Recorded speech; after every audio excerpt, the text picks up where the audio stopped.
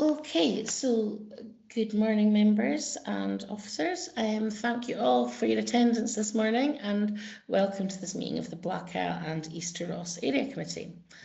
Please note that this is a formal, public Highland Council meeting and is being recorded and will be uploaded for public access via the Council's YouTube channel. You are therefore reminded not to make specific references to individuals, only to disclose information which is in the public domain. I'd also like to take this opportunity to remind members that the chat function is to be used only for placing motions and amendments, and when we are wishing to speak, we should use the hand function. This function will be monitored throughout the meeting. So good morning, everyone. Hope you're all well and that I'm sure you've probably all had a very busy Remembrance Sunday. So if we can start off with item number 1, apologies for absence. Fiona, I'm assuming that's nobody. That's right, if no apologies, and I'll just do a quick roll call, Chair, if that's okay. Councillor Atkin. Present. Councillor Coghill. Present, thank you. Councillor Collier. Present. She's there, okay, thank you. Councillor Cross. Present, yes, but camera not working, I'm afraid. Okay. Councillor Dundas. Present. Councillor Edmondson. Present. Thank you. Councillor Johnson, Chair, you're here. Councillor McCallum. Present, thank you. Councillor Ramsey. Yes, here. And Councillor Ross. Present. Thank you. And Chair, would I like to go on to item 2 and tell you what declarations I have already? Yes, please. Thank you. Okay. There. I have a declaration of interest for item 3 from Councillor Ramsey as an on-call paid firefighter, and for item 10 from Councillor McCallum as a council representative and trustee for Cromarty Courthouse, and having provided a letter of support for their funding application, and they will leave the meeting during those items. And I have a transparency statement for item 10 from Councillor Dundas as a director of the Seaboard Centre Ballon Tour, but as this role is on a voluntary basis with no remuneration, and despite the connection having applied the objective test, she did not feel there was an interest to declare. And members, are there any further declarations of interest or transparency statements? Yes, I'm similar with the Seaboard Centre. I'm a director, and I'm also a director of the Friends of the Fair Abbey. And having looked at the transparency, I'm a volunteer, and you know, I don't think I need to leave the meeting, but you can keep me informed of that, Fiona. Okay, well, it's entirely your decision, Councillor, of whether you feel it's a transparency statement, and whether you feel that, you know, if it's a transparency statement, it's you acknowledging that you have a connection, but you don't feel that it constitutes a declaration of interest. But if you feel it's an interest, then you would have to leave the meeting. Okay. So it's entirely up to you yourself, I'm afraid. Okay, but yeah, I don't think I would have to leave the meeting. Thank you. That's fine, thank you. But I'll record it as a transparency statement. Thank you. Thank you, Chair. Thank you. Before we move on to item number 3, I would firstly like to welcome Councillor Connie Ramsey to our area committee following her successful by-election. So you're very, very welcome, Connie, and it's lovely to have you on board with us. If you wish, you're more than welcome to make a couple of sentences about what you think yourself. Yeah, thanks very much, Lindsay. It's great to start really getting into the meetings now and getting a bit more understanding of things going on. There's still a lot of things that I'm not quite sure of, but I'm sure you guys will keep me right, especially after the meeting on Thursdays were very helpful with a lot of things. So yeah, thanks. If I ask any silly questions, I apologise. I do like asking questions, so yeah, I'm afraid you'll have to put up with that. But yeah, but really looking forward to the meeting. Thank you so much. So, given that we're now on to item 3, we now say hello and goodbye to Connie very quickly. Sorry, so if I can welcome Station Commander Macaulay.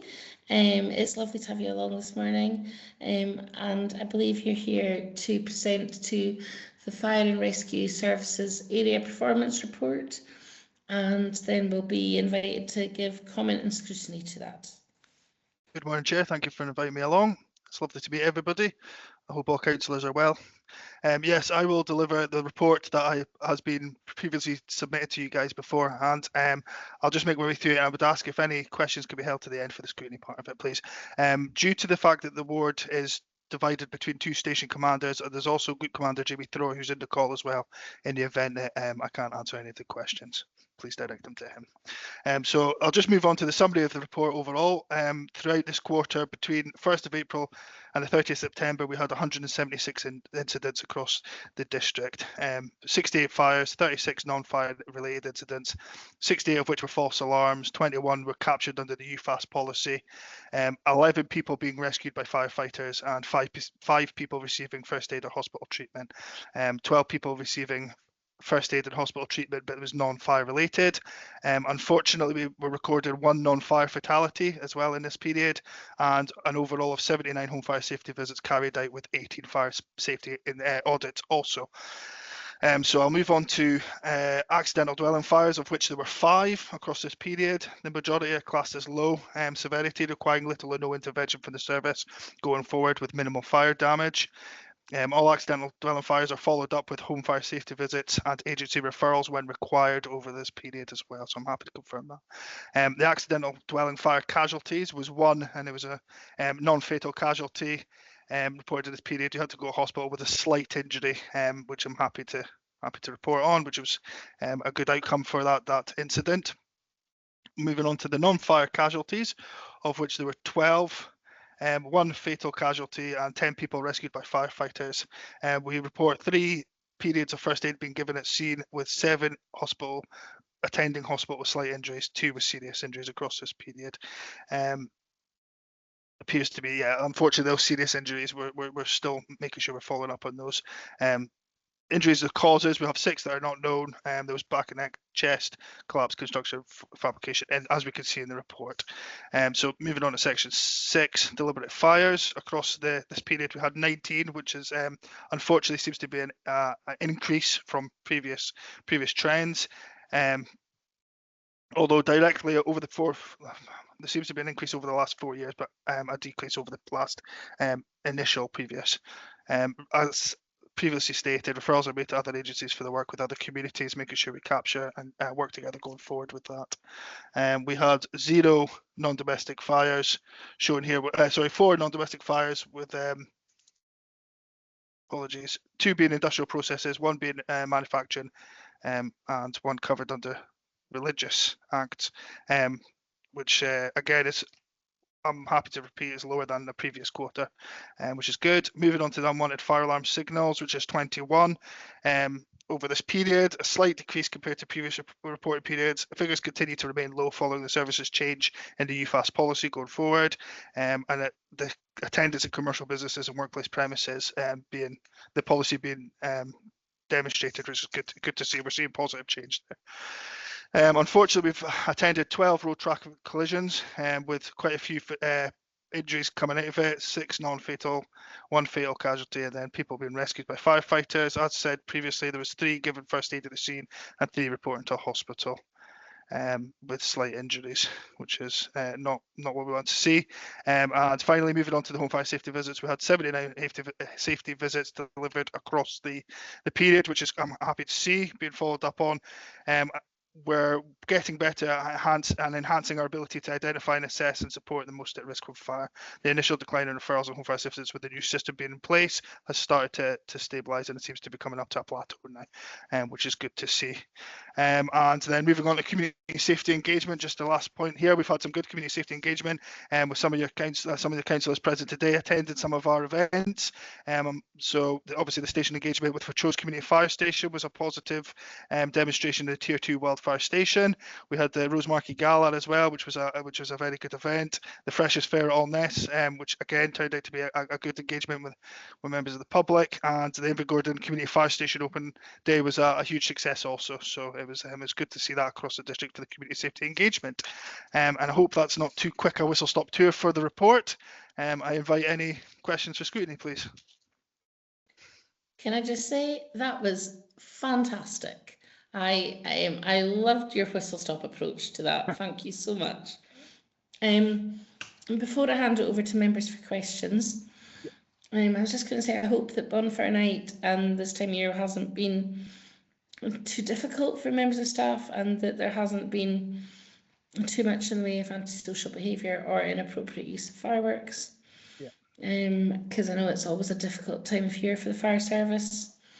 It's certainly a busy time of year. We're very aware of that, and we put things in place to ensure that we've got resilience in place for the likes. I'm happy to say so far from what reports I've had that there's not been any too many reports of malicious activity with fireworks and things like that, and small periods of antisocial behaviour. But working together with communities, we seem to be addressing these antisocial behaviours across the district, which is always a positive outlook. Well, thank you so much. So I'd like to open it up now up to members who may have questions. Marvin May, we'll take you first. Thank you so much. As you know, I went to the Cromarty and Fortrose joint training session, and I was in complete awe of their work. Their dedication and their passion was just astonishing. But one of the things that really stood out to me was that there was a high level of burnout. You know, they were exhausted, and that's because of the challenges around recruitment. So I was just looking to see what work is still ongoing in regards to that, and if there's anything we can do to support you with that work. And I had a second question, which was about the availability of the crew. And I was curious as to why Cromarty has NA next to it. Would you be able to give a bit more information on that, please? Absolutely. So I'll answer the latter first of all. The reason that is the NA against the availability is because both Cromarty and Ballantor stations are not deemed as on-call stations. So they're volunteer stations with a different type of ability. They've got a different incident capability to an on-call station, and with that comes the caveat of not having an availability system. They don't have contractual hours. They're essentially volunteers who will train and then attend incidents and be paid when they attend incidents, unlike our on-call colleagues who will attend drill training, have contractual hours to achieve, and be paid through a contractual service to provide those hours. So there's a slight difference in the way that the availability of the crews in these stations are carried out. So it makes it both difficult to identify the availability for both Ballantor and Cromarty, but that's why they don't have availability across that for that data. However, what I would say is we do have a new system going live at the end of the year, a new availability system that Scottish Fire and Rescue Service is implementing, and from that we will be having Ballantor and Cromarty will be identified on it, so we will going forward have that availability available for report. And thanks very much for your pleasant comments regarding the stations, and I do agree. Retention and recruitment across district is very difficult across the ward, with the nature of it being remote rural locations. Trying to get recruitment and firefighters can be very challenging just because of the nature of individuals. There's certain criteria that we ask to have individuals achieve whilst they're running with our stations. As you can imagine, we have, generally speaking, a 7-minute turnout time, so we need our firefighters to be available within 7 minutes of the station, and the nature of the modern day working balance of usually not working in the town that you live in, very few people do, availability becomes a challenge. So we've introduced a new tier system for contracts as well to allow for people who are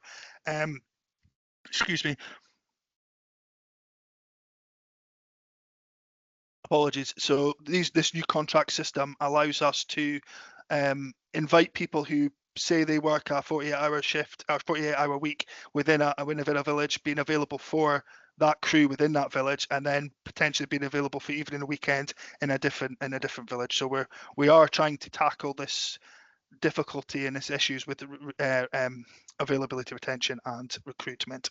We have continuous ongoing recruitment right throughout the year through My Job Scotland and through local portals, so friends and families and word of mouth, as well as banners and open days to invite attention, as well as online presence as well, delivered through the Scottish Fire and Rescue comms department. We have I don't have the statistics right in front of me, but we have quite a good influx of people just now going through the pathways to our availability and our recruitment. So I'm happy to report that it actually looks like there's going to be an increase across the ward with the amount of firefighters we have at the stations, aiming to achieve these establishment levels that we have to afford the maximum amount of resilience across the ward. So it's positive, is how I would describe it. That's really helpful. Thank you very much. Thank you. Thank you so much. If I could pass on to Councillor Sarah, please. Thank you. This is in the category, there's no such thing as a stupid question. On the top 10 incident types, outdoor fires are top, which is kind of slightly worrying. But I can't kind of correlate that for the figure of 44 with other stats that are in the graphs. So just elaborate on that. And secondly, just hearing you talk about the innovation you're trying to do with recruitment, I think some brilliant. I mean, you know, that's kind of what we want to see the public sector doing more widely. You know, you've got to move to the way the world is. And the third thing is engagement with schools. Absolutely fantastic. I think that's super motivating.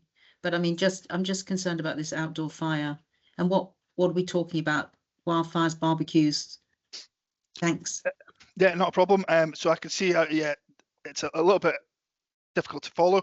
What I would say is they're all included within that fire outdoor. So anything that's a non-structural building fire would be classed as, depending on what it is. So it could be something as simple as a wheelie bin, to a small campfire, to a unattended bonfire that somebody's burning garden waste. They would all fall back under the fire outdoor sort of category. It's a very broad category. I appreciate it falls under an umbrella of that fire outside, and I could delve deeper into it, and I could pull out more data to break down that outdoor fires as well into the further categories that we could require. But then we'd this report would be about 5 times the size, and I don't know how beneficial it would be. But overall, the outdoor fire category is just anything that is a non-structural fire that falls under that category for us. As serious as it is, the structural firefighting is, or structural fires are the things that we would be more concerned about, because there's obviously savable life, savable property. So I hope that makes a bit more clarity. But super. And Councillor Coghill, we'll bring you in next with your question. Thanks very much, and thanks, Douglas, for the the report. It's really, really heartening to see good progress and across many areas. Unfortunate about the number of road casualties that continue to be there. I just wanted to I think welcome the outreach programme. I think in addition to what's in the report, the Invergordon crew attended the Allness Gala, where I think they got really good positive engagement. So that would hopefully help with the recruitment as well as understanding within the community, and that visibility is really quite important. And also, it's maybe came out in the last report, welcome the addition of wildfire equipment for Invergordon station. I think that's fairly recently achieved, so that's a welcome addition. I do still have a problem with the term wildfire, because that implies that it's a more natural event than is actually the case. I think it's probably 99% of the fires are started by people, so I'm not sure how we term them, but giving people the impression that they're natural by calling them wildfires possibly gives a wrong impression. Okay, thanks. Thank you very much, and I do agree with you.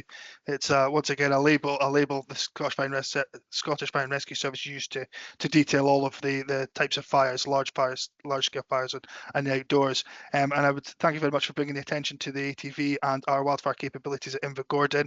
It's turning out to be an absolute positive success having it located there. My crew at Invergordon are working very hard, and they're actually delivering further training to upskill surrounding stations to ensure that resilience across all the wards across the Highland is being increased and bringing up the resilience of this wildfire. This is something again that we need to see with the Scottish Fire and Rescue Service. There needs to be an evolution due to the change and making ourselves relevant to what we're seeing with climate change and the addition to things like this. So yeah, thank you very much for highlighting that, Councillor. Thank you again. Councillor Edmiston, it's your turn. Thank you, Chair. I'm sort of following up from Councillor Atkins' question, really. I'm looking at the deliberate fires in grassland and woodland and crop category.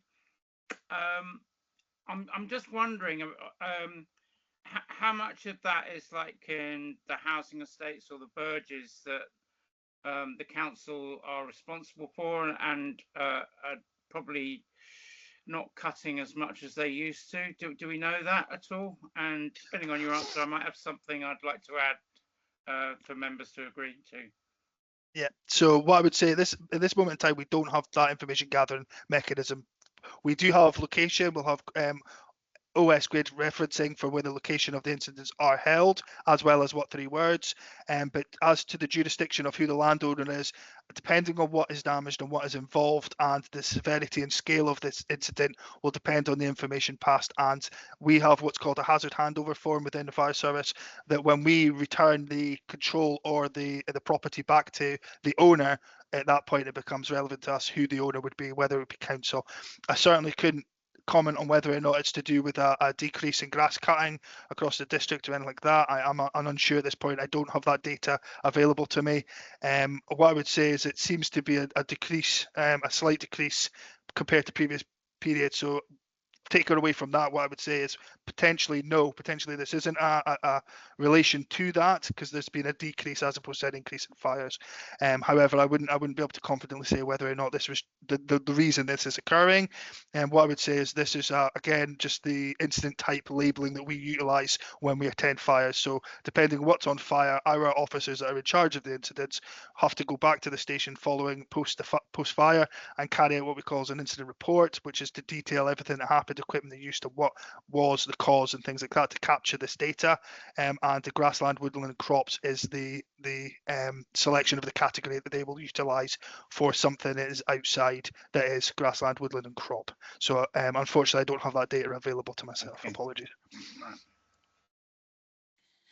Aidan, I just noticed your hand was up. Was this a topic that you had some information on? Just as the member, I was asking about if less grass cutting was maybe causing fires in housing estates where there's grass cutting. I just want to come in terms of the 2 words I cover. I've not heard anything about any fire starting because of in our grass areas of HRA land. I've not heard of any reports of that. As an additional comment, what I would suggest or what I would say is that if the Scottish Fire and Rescue Service identify a pattern of fires within a certain area, potentially housing estates or areas that are prone to any sort of antisocial behaviour, then we follow pathways and it'll trigger mechanisms to increase referrals to partnership agencies to work together to address these sorts of things that we do see throughout the wards. But at this moment in time, I wouldn't be able to tell you off the data of the report whether or not this has occurred. Right, no, thank you, and thank you for coming in there, Aidan. That was incredibly useful. Thank you.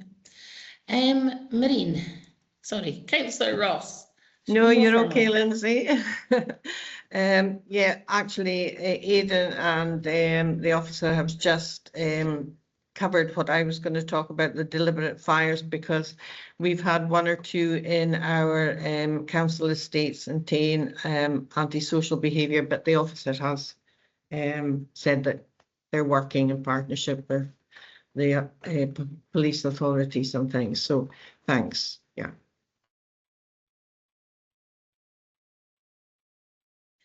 Super. Well, Sorry, if- apologies, Councillor. Can I just No. add as well, as a national organisation, we call upon resources from across the country, especially in spate conditions, to support local crews. We have excellent working relationships with local authority, Highland Council and the Incident Commander. Whatever concern of fire spread may have adversely affected, they would report to Highland Council. And this would just be an example of our partnership working to ensure resilience across the board. So if we felt that something was a challenge or something was concerning to us, we'd absolutely reach out to our partner agencies and work alongside them. And as the councillor has omitted there or included there, sorry, the TAIN again, once we've seen it's a source of antisocial behaviours that has triggered mechanisms that are now well in place, and things are now being brought together through partnership working, which again is positive to see. Thank you, Douglas. Thank you. Well, Douglas, I was going to thank you so much. I think not only was it a great report, but thank you for taking the time to answer everybody's questions so thoroughly. And also, I'd just like to say that although this area committee is still new, it just shows the difference it makes having that data sort of building now in that new area, and having something to reflect back on does make the report, you know, much easier to comprehend in a bigger area. So I just want to thank everybody who's put so much effort into producing the report. And again, I'd just like to thank all your officers for the hard work that you do keeping people safe in our area. So thank you very much. No, I appreciate that. Thank you very much for giving me the opportunity to deliver the report. What I would say is, going forward, I invite any questions. I believe, if needs be, I can circulate my email address, and I'm happy to answer questions post meeting. That's not a problem at all. And furthermore, I'd just like to say congratulations to Connie for being elected. I'm actually Connie's line manager. We haven't had the opportunity to meet face to face in her other role, so I just wanted to say and take this opportunity to say congratulations to her also. Oh, brilliant. Well, we'll be calling Connie back in any moment now. So thank you so much for your time today. Not at all. Thank you. As previously stated, I have other commitments, so I'm going to have to dip out of this meeting. But it was a pleasure. Thank you very much. I'll see you shortly. Thank you. Bye now. Ta-ra. So we are about to move on to item number 4. I'm just going to make sure that we've got everybody back in.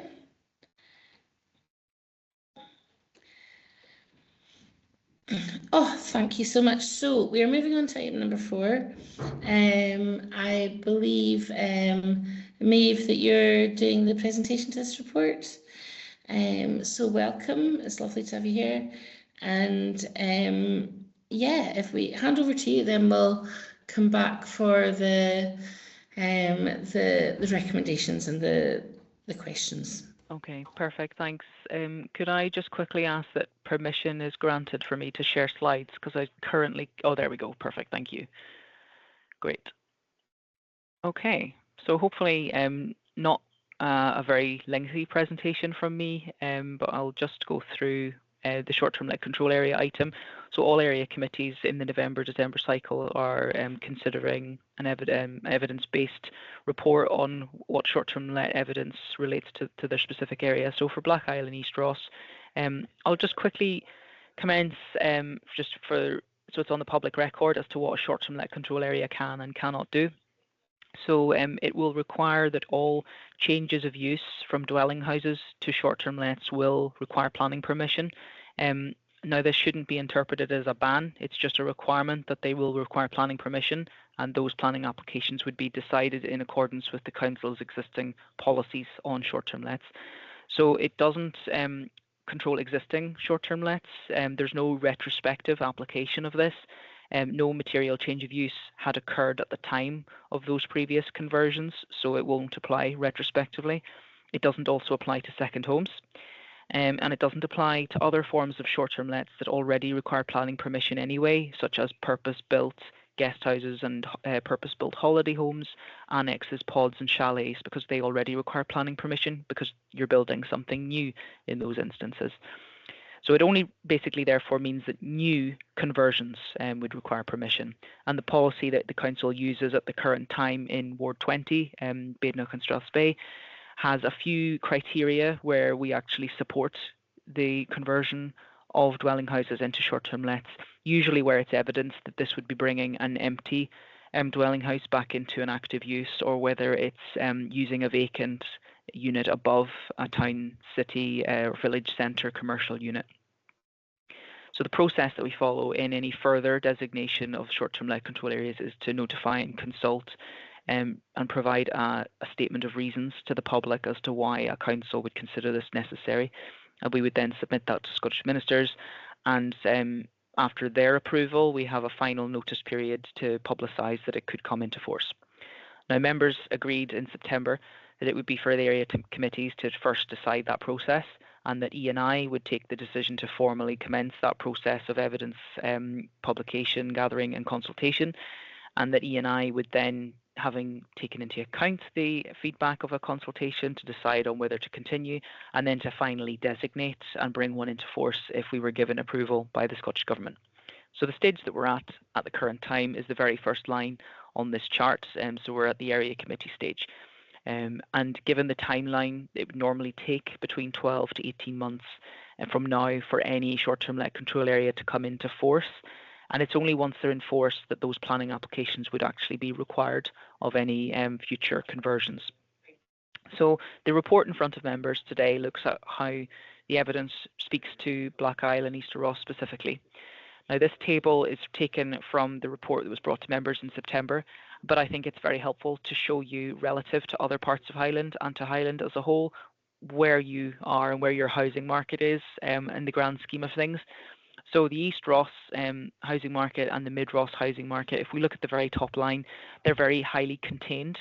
So this, what a high containment rate basically tells me, is that most of the property sales in this area were purchased by people who already lived in those areas. So this tells me that local incomes are working as being able to allow those people to secure lending for properties in the area. What we tend to see in lower percentages in that top line are areas where local incomes are not sufficient to purchase average house prices in terms of what they're actually selling for. So we're looking at East Ross and Mid Ross being highly contained. The second line down tells you exactly what percentage of those East Ross and Mid Ross properties were purchased by people in those areas specifically. So we're seeing quite, good solid rates there, and we're also seeing short-term let rates of 2% in East Ross and 2% of Mid Ross, which is much lower than Highland's overall percentage of 6% in the bottom right-hand corner of that table. So we're seeing here low rates of potential dwellings being used as short-term lets, and we're seeing quite a highly contained housing market within both East Ross and Mid Ross. And what this really means when you break it down into the detail here is that the percentage of people who can't afford the average house prices in East Ross, Mid Ross is actually lower than Highland, and the short-term let percentage, as I said, is already lower than Highland. So it signals that although there's affordability issues, particularly in Mid Ross, it's slightly higher than East Ross, but it's on the whole telling me that this housing market is, although there's affordability pressures, it's not being driven by short-term let loss of stock as the primary driver of that. So the housing markets are contained in the area, and we wouldn't be concerned that there was upward pressure within those housing markets being applied by lots of external sales to people living out with the Highlands who potentially have higher median incomes and therefore have access to higher lending to purchase higher average household prices. So we're not seeing that kind of behaviour come forward in East Ross and Mid Ross. When we look at the potential short-term lets that you have and which of them are actually potential dwellings, we do see that the majority of your 428 short-term lets that are licensed in the area are being, they've been converted from dwellings, but there's a sufficient portfolio of dwellings in East Ross and Mid Ross, and there's a lot of housing delivery there relative to other parts of Highland. So again, it's not showing up as flagging that short-term lets are driving any particular housing market pressures that are coming forward in the official data. When we look at your percentage of completions, so houses that were actually built as houses that have since been transferred to short-term lets, again at Ward 6, 7 and 9, we're looking at percentages between 1 and 4%, but this is lower than Highland's overall average, which is 5. So again, we're not seeing signs that this is particularly an issue. We do see quite a lot of detached dwellings being used as a share of your short-term lets, but we also do see quite a lot of your short-term lets are unconventional accommodation, which are pods and chalets and purpose-built holiday accommodation. So these red areas that show the dominant type is unconventional. I would stress that all those unconventional accommodations require planning permission anyway because they're purpose-built. So when we look at the rates of potential dwellings that are being used as short-term lets in the area, you can see here you're quite at the bottom end of the scale. You've got a lot of areas where it's between 0 and 5%, so you're under the Highland average. There are some areas where it's over the Highland average, but it's still within a sort of threshold that we would expect to see within any sort of range of data. It's not flagging as high in the grand scheme of things. And then when we look at the rates of change, we do see some growth, and we actually see that some of your areas are increasing faster than the Highland average, but the actual number of short-term lets on the ground is actually small in real terms. And as a proportion of dwellings, you still have quite a lot of dwellings relative to short-term lets in the area. When we finalise then with the presentation of the areas that are growing the fastest or that have grown the fastest for 2 consecutive years, this is what this map here is showing. So we are seeing some areas of growth, but as I said, the numbers are small in real terms, and it's not flagging as showing any particular issues with housing market indicators. So the evidence really at this stage has led me to write item recommendations that suggest that it would be warranted to maybe look at this again in 12 months and see if this is contributing further to any availability or affordability of housing at that time. But at the present time, the evidence base just simply doesn't really justify it relative to other parts of Highland and to Highland as a whole. So I think just very lastly then, we have in the report covered the area place plan and registered local place plans. So there's one local place plan in the area, which is also serving as the area place plan for the Black Isle. And this is important because it does seek a short-term let control area. So we have acknowledged that has been written formally as a community concern and aspiration. Now, this simply just isn't borne out by the empirical evidence at this time. So I think that it's obviously a valid community concern, and local development plans have an obligation to consider the concerns and aspirations raised within local place plans. It doesn't mean agree with them, but we do have to consider them. And we have, in the exercise of considering a short-term let control area, taken account of those. But at the present time, I would suggest that the evidence just simply doesn't speak to a need for this on the same scale that other areas of Highland have. So we also have received 2 notified local place plans, which have not been fully registered because they have to meet particular requirements to do so. And we don't yet know what the Kiltearn LPP is saying because it's in the process of being development, and we haven't seen any drafts of that. And we have noted that Edderton makes a note of Airbnb among businesses operating in the village. It doesn't raise any further actions about whether that warrants any intervention. So we've noted those. They don't carry the same weight as registered local place plans until they're registered. But in a sense, this is our collation of expressed community feedback on the issue as it's been expressed through that formal LPP process. So on balance, my recommendations in the item are that the evidence at this time does not indicate that the Black Isle and Easter Ross area really warrants a short-term let control area at this time. And it would certainly be helpful to reconsider that evidence base at a future point in time to see if there are any changes in those particular indicators. And I've therefore advised that we undertake a further assessment after a 12-month period. So I'm happy to take any questions from members if they have anything they'd like to discuss with me. Well, first of all, thank you so much for the work you've put into this, Maeve. It's really, I think, quite startling to see what huge differences there is across the Highlands as an area for where the primary pressure points are for short-term lets. And it's actually quite reassuring to see that those pressure points are actually not in our area at the moment. And I know from sitting on the licensing committee that obviously You know, we do see a number of short-term lets coming in for all across the Highlands, and you know, but I do think it's that the points that you made at the start about a control zone not being retrospective, it doesn't stop existing businesses from having their place. You know, and it really is more of a planning issue than the license itself. I think are all really, really important. Before I take the questions, I just want to go over the recommendations on the report, which is that being demonstrated with the evidence of short-term lets within our area that doesn't demonstrate the need for a short-term lets control area at this time, and that we should consider and agree that our area committee should really not be seeking to progress this at the moment. But I do think the recommendation to look at the evidence and come back to this in 12 months' time is actually a really reasonable suggestion. I think it's good that we don't wipe this off our table altogether. And I think 12 months is a reasonable amount of time so that, for instance, we don't let this run away from us and be faced with making almost a firefighting decision rather than a strategic and planning decision.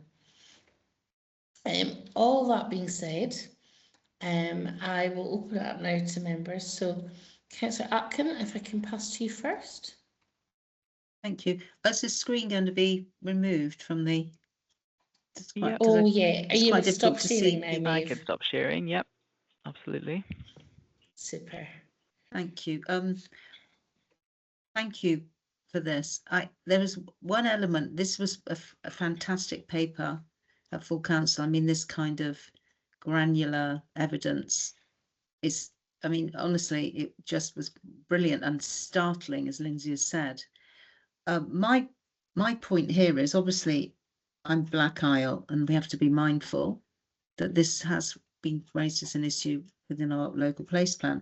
There was one thing in the paper that I think I scribbled on my notes, and of course, you know, we have to delete everything after a committee, that this is not demand led, it has to be evidence led. To proceed has to be evidence led rather than demand led, because I mean, just logistically, I think it would just be, you know, be chaos with the officers.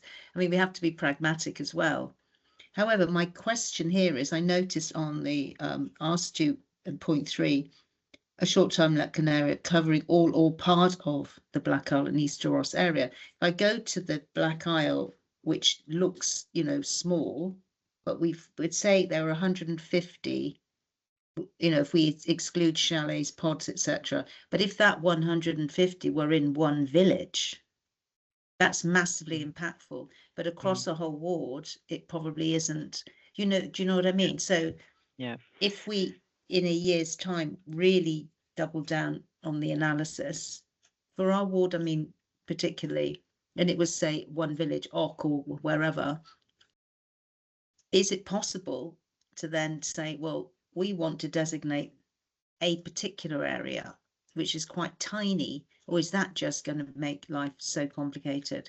Because you cross the ward, 2% doesn't look much, but in terms of houses, it is a problem. And also on the other side of it, in a year's time, I mean, there have been sites that have been allocated and on our call for sites, the housing challenge within the Black Isle, but there aren't, you know, the house building here is not, there aren't a lot. I mean, housing demand is just pretty, you know, pretty desperate, and that figure of the number of people who can't afford to buy at the average price, I think 60%. I mean, it's just really pretty depressing, isn't it? Anyway, my question is more about the low, you know, really small areas being able to do this, or is that just going to make life, the Highlands, just so complicated?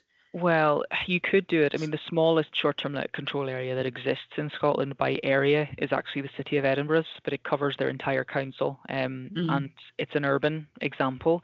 So they've put, as part of any short-term let control area, you have to follow the same process. So they had a statement of reasons which reads like a statement of reasons for an urban environment. So it's certainly picking up on that kind of experience of character of an area, that what that actually sort of plays out like in an urban environment, with the concentration on individual streets and things like that. So yes, I mean, certainly in an urban area we would be looking at that, at how that changes the fabric and character of urban locations, and if we are finding that kind of concentration, then yes, there's a need to come to the bottom of that. But my caution against very small geographic areas, for example, the village of Och, like you mentioned, is that it does take 12 to 18 months to bring a short-term let control area into force, even if all the stages go, in clockwork almost. And it doesn't apply retrospectively, and it doesn't come into force. We can't require those planning applications until it comes into force. So what we may see is that a lot of short-term lets get converted in that run-up to it coming into force. So you could end up with a rush on it. And also when you draw really small boundaries, by the time it comes into force, has there been displacement? Has the area of concern actually grown bigger? So that's why, although we would be certainly focusing on areas that have that small over provision or not provision, but sort of really high concentrations of potentially dwellings lost, we would certainly look to see, well, apart from the areas that are already high, where are the areas that are growing, which is why we've also looked at where places are changing, so that we don't lose sight of where the trends are going for future years. Because by the time you get, as I said, these into force, you could end up with a bigger area than the one you thought you had a problem in. Thanks. Thank you. I think it's empty homes as well, but that's a totally separate issue. Thanks. Okay, if I can hand over to Councillor Cross now then. Thank you. Thank you, Chair, and thank you, Maeve. My continued apologies for the lack of camera here. I'm afraid it just is not working. I've tried everything. I think I have a fairly straightforward question that shouldn't be too time consuming. I'm interested to understand perhaps a little more clearly, and maybe you could advise me on the difference between short-term lets and lets that are perhaps not necessarily short-term. And I'm thinking in particular of the likely demand for housing for construction, people coming into the area, given the Freeport development and everything that's anticipated with that. So I'm just wondering where the dividing line is between short-term let and a let that isn't necessarily an Airbnb for a couple of nights or a week or whatever. Okay. But the clarity on that would help me. But I really appreciate the report and the content in it. I think it's fantastic. Thank you. Thanks. Yeah, so a short-term let control area is tied to the licensing definition of secondary letting. So if I could just find that, I'll be able to provide it for you. But essentially, when we talk about a short-term let, is set out in the definition of the short-term of the control area regulations. It also means that for what you've mentioned about for construction workers, it doesn't include rental accommodation that would be used sort of as through the private rental sector, for example. So it excludes private residential tenancies. It excludes tenancies of a dwelling house where part or all of the dwelling is the principal home of the landlord or the occupier, so where you're sharing a dwelling and renting out part of it. So it defines a short-term let as provided where all of the following criteria are met, where sleeping accommodation is provided in the course of business to one or more persons for commercial consideration for more than one night, one or more nights, to whom no person is provided is an immediate family member of the accommodation owner, and where the accommodation is not provided under an excluded tenancy. So an excluded tenancy there's a range of definitions for this. It means a student residential tenancy, tenancy of a croft, 1991 Act tenancy. So there's a whole load of particular exclusions to that. And using that licensing definition is the basis on which people will apply for a short-term let license at the present time, which everyone is required to do if they operate a short-term let, not just in a short-term let control area, because that's a planning control, but all short-term lets are required legally to hold a license, which they currently do. Thank you, that's very helpful. I think just to help Councillor Cross, the way I tend to think of it is that a long-term let would come under landlord registration, and a short-term let would be a short-term let licence. But any kind of letting is regulated, really. And I think that's the main thing to really bear in mind. I hope that helps a little bit. Yes, I'm sure it does. I have a history in bed and breakfast and accommodating working people based in Nig. So yes, things have changed since then. But thank you for your advice. Councillor Dundas, I believe you're next. Thanks, Lindsay. Yeah, I just wanted to say thanks so much for this report. I think it's absolutely brilliant. It gives us a clear sight of what's happening in our own areas and our own wards, as well as the Black Isle. Really good evidence-based, and it's good to see that policy, even Sarah was saying, the areas within our own communities, in case they come oversaturated, that we can actually have that flexibility. So the 12-month review, I think is really good, and given that planning is going to be required for any new applications, I think that's a good timescale, because I wouldn't imagine there'll be a big rush once, given the restrictions on resources at the department. So I think it's a good timescale, and I really, I agree with the report and the recommendations. It's really good.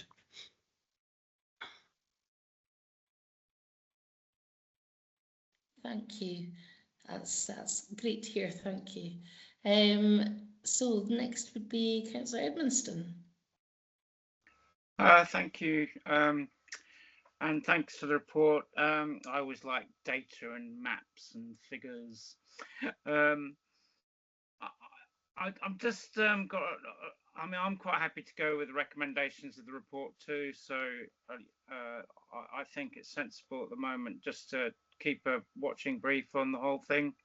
I don't think there's a serious issue at the moment, but that doesn't mean the situation wouldn't change. But I do have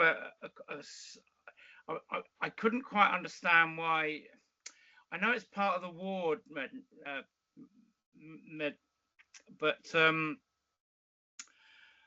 there was a small area on the north, and you mentioned Editon Community Council local plan.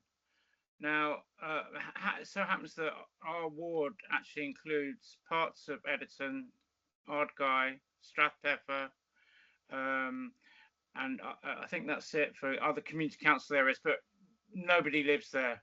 It's not really part of, sorry, Kilmore and East Logie, there's a small section. So why was that area included? Is that just because that's what the map threw up, or and why was Editon included in your commentary? So we have taken the boundaries as we've been provided them by, so I've got, for example, if you're referring to the data zones themselves, we've sort of done our analysis based on the scale that statistics are available at, which are usually for data zones. So some of the boundaries you've seen and we've discussed previously are not, they don't reflect community council boundaries, for example, that members may be more familiar with, but they are the most helpful geography to use because that's the scale that statistics are repeatedly released every year, and you can monitor trends over time very easily using those. So for Editon specifically, we're seeing, yes, I mean, certainly the East Ross boundary it does cover, and there's parts of rural areas that overlap and maybe straddle both sides of that boundary, but that area committee boundary, as we've drawn it, is what we currently use in the council's committee procedures. So it's presented to show the evidence as it relates to that area boundary. Yeah, okay. It sort of doesn't answer my question. Sorry to labour this. I don't understand why that's relevant to why the Editon local place plan is relevant to our deliberations today, and why that was offered up. Yeah, I think a part of their community council boundary Yeah, nobody essentially lives there. comes into the area. So it's been included because there is that geographic overlap. But Right. but yes, I mean I wouldn't say though that it's altered the course of the recommendations before No, members I today. understand that. Yeah.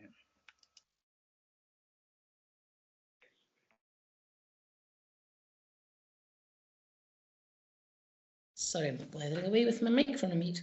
I can say thank you for that. Councillor Coghill. Thank you, Chair, and thank you for the report. It's really helpful to see as many have said, the granular detail that's helping us come to decisions. I remain probably a lone voice, but concerned.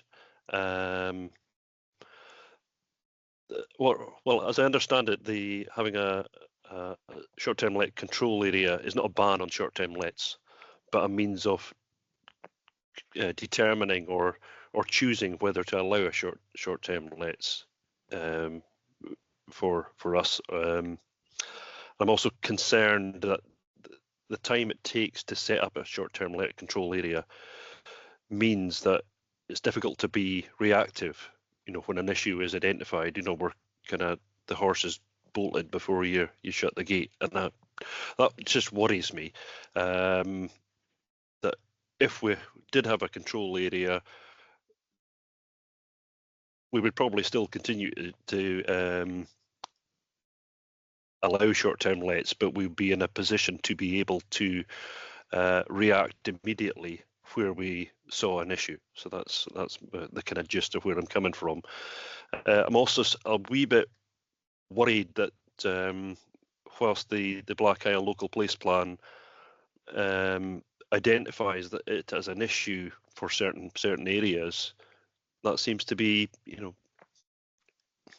I don't maybe ignored or ridden over. I know we're looking at the, you know, the information that's been presented to us in the context of the wider Highland. This is not an issue or less of an issue than in other areas, and it's our local people that we are hopefully seeking to represent and listen to. So I think it's really dangerous to just say, well, that doesn't really count. So Yeah, certainly. Sorry. I think I would want to sort of reassure that local place plans certainly count, and when the whole team have been looking at local place plans in preparation of the area committee reports for short-term lets, we've been very conscious that you have to look at them in a systematic way, because some will mention short-term lets but not follow through with any distinct actions that they would like. You know, they don't put it in black and white that they want a short-term let control area, even if they're concerned about short-term lets. Some will go as far as saying we want a short-term let control area, just like Ward 20, Badenoch and Trust Bay. And the team have had to denote carefully which type of local place plan we're dealing with there. And in this instance, you know, the Black Isle local place plan, you know, it absolutely does put in black and white that they want a short-term let control area. And, you know, we would expect that communities, through the issues they've identified, I mean, we are seeing change in the Black Isle, and I wouldn't deny that. And the report is quite clear in acknowledging that there are areas of growth, and there are actually some of the at a small scale, those data zones are showing that the rates at which potential dwellings have been converted has been higher than the Highland average for 2 consecutive years. But the numbers of properties we're talking about are still low in real terms. So we're looking at an instance where, for example, 2 potential dwellings were changed in 1 year, and then 8. So that looks like, you know, a 400% increase, for example.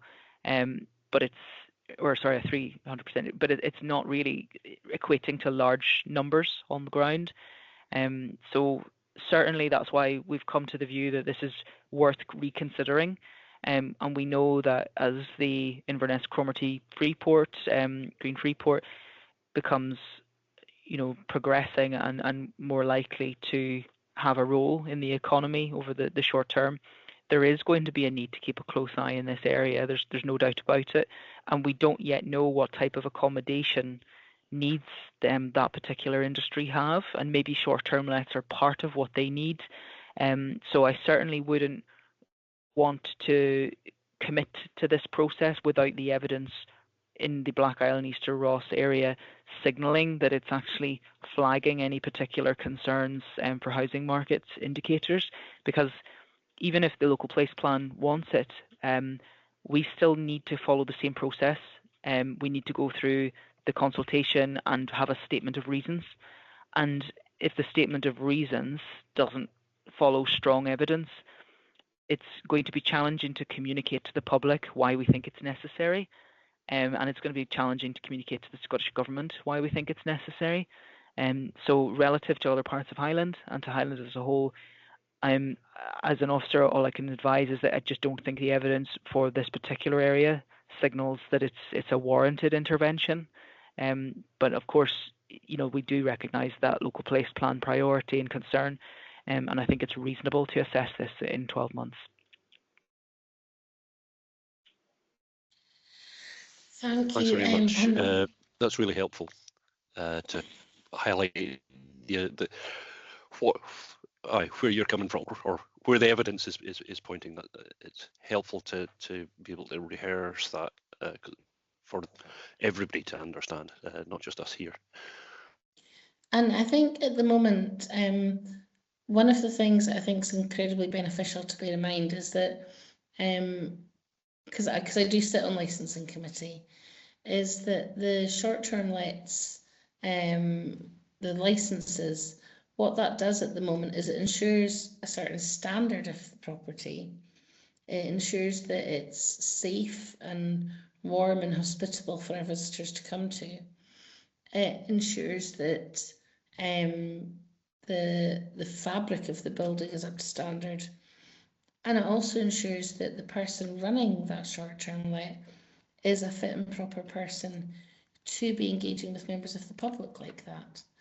And so at the moment there is methods to stop a short-term let, and there have been short-term lets that have been refused.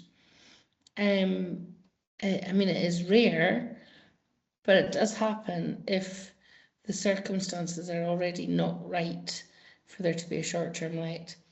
What a short-term let control zone does is it's like back a step from that, and at the very planning on what the building's use is before it goes down that route. So I think it would be important to remember that both systems would still have to work hand in hand. But I do think that it's really good that we've got the ability to recall this in a year, look at the evidence again and take it from there.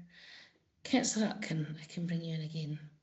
Yeah, I just wanted to come in after Councillor Cockill's comments that, I'm not as a local member, I'm not at all disregarding the sentiment that was expressed in the local Black Isle Place Plan at all. But as a council, we did vote against a Highland-wide approach. We had a paper at full council which was agreed, and this was the approach that we decided to take, and we have to make our decisions based on evidence. I mean, just another example in our ward, investing finally in Fortrose Academy. Finally, we have got a decision because we were proved that our school was one of the worst conditions in Highland aspects of it, based upon evidence. Now, the evidence is what strengthened our argument. So I think this is the kind of precautionary principle. I think the whole issue of housing is, obviously I'm on the housing property, is so complicated, and that what we lack is just houses, houses that people can afford to live in. And the reasons for short-term lets, I mean, I've had just as many people come up to me, bawling out the idea of a controlled area. It's often quite complicated. a friend, you know, a parent can die and they just don't know what to do with the house at the moment. I mean, it's quite complex. I was quite surprised that our numbers weren't higher based on feeling and perception. But we need to make these decisions in a measured, evidence-based way. But absolutely 100%, I know that the place plan raised this issue, and we've got to, that has to be respected. And I think the officers given us reassurance, and obviously I hope everyone else is reassured who might be watching us, that we will get into the granular on this, because now you have the evidence, which is fantastic. I mean, I think the whole approach to this is brilliant. So thank the officers for all their hard work. Thank you. And Councillor McCallum. Thank you. Sarah's actually summed up what I was going to say very succinctly. So I'll just take the opportunity to thank the officer, because I know the huge amount of work that's gone into this. So thank you very much.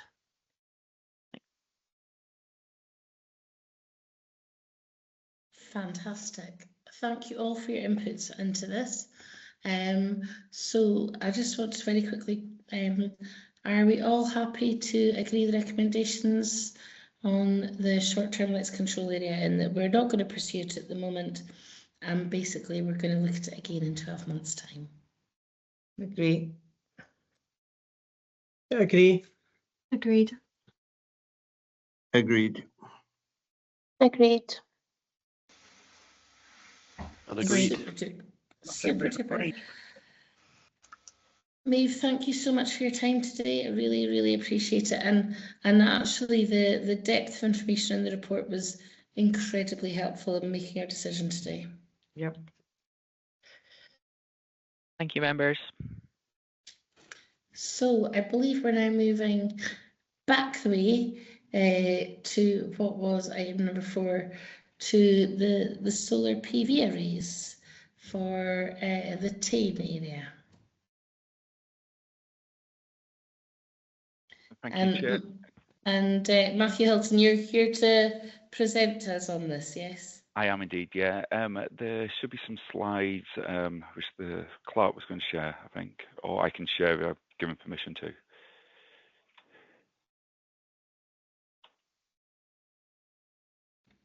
Okay. It's working for you whenever you're ready. Okay, I'm just sharing now.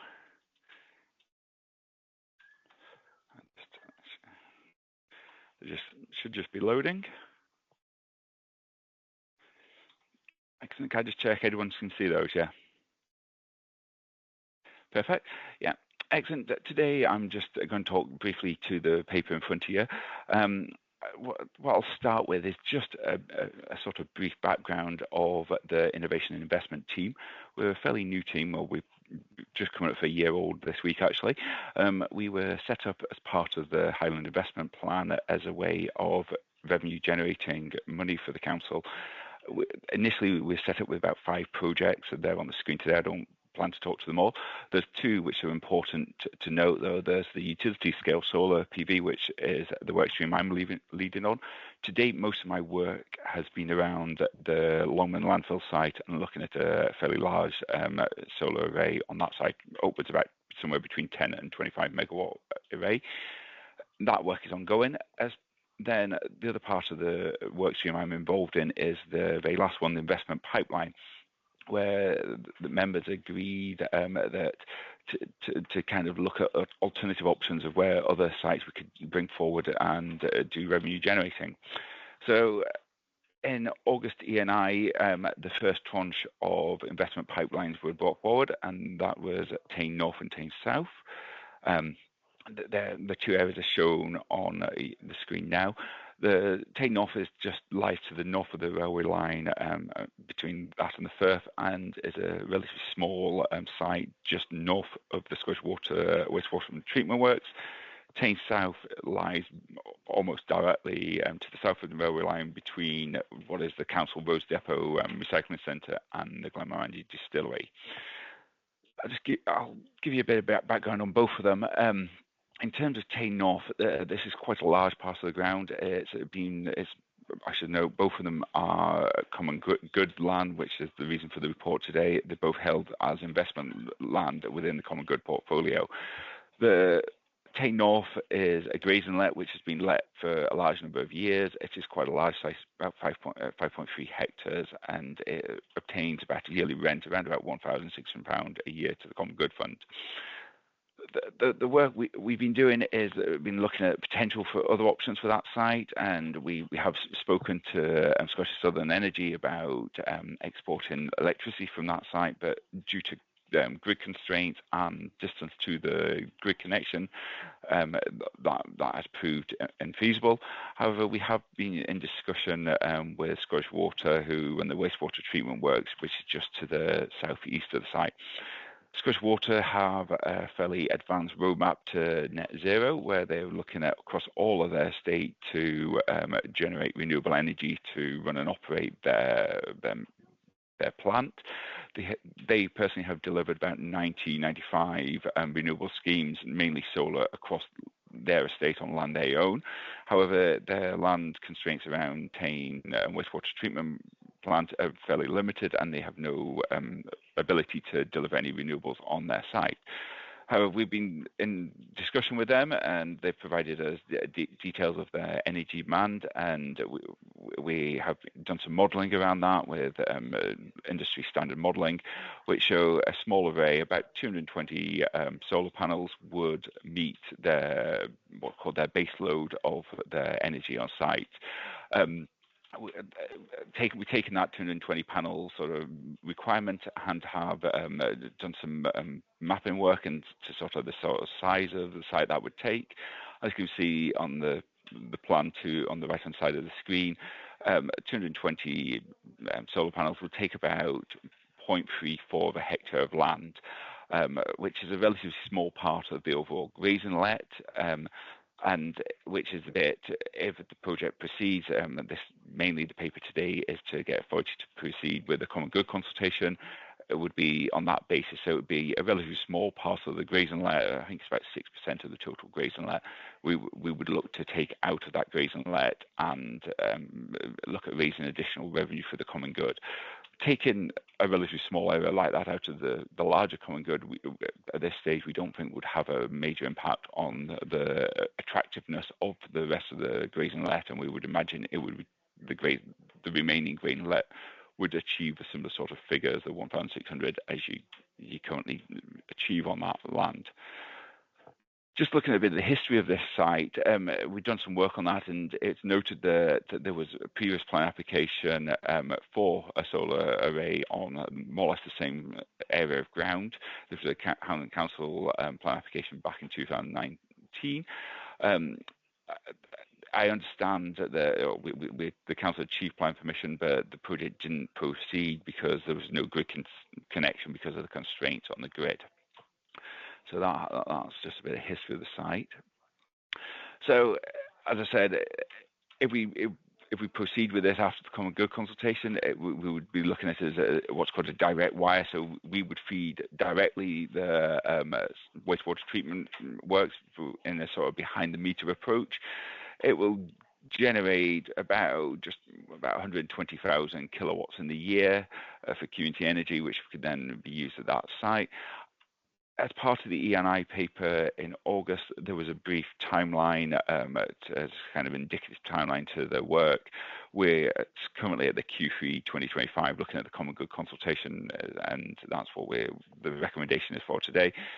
Following that community good consultation, if that proceeds, we would then look at planning submission and go through the formal planning process, and that would obviously go through the normal process.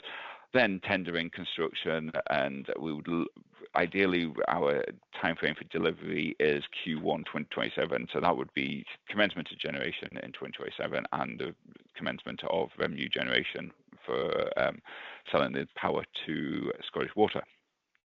So that's a bit about Tane North. I'll just talk about Tane South. Tane South is a lot less mature than Tane North.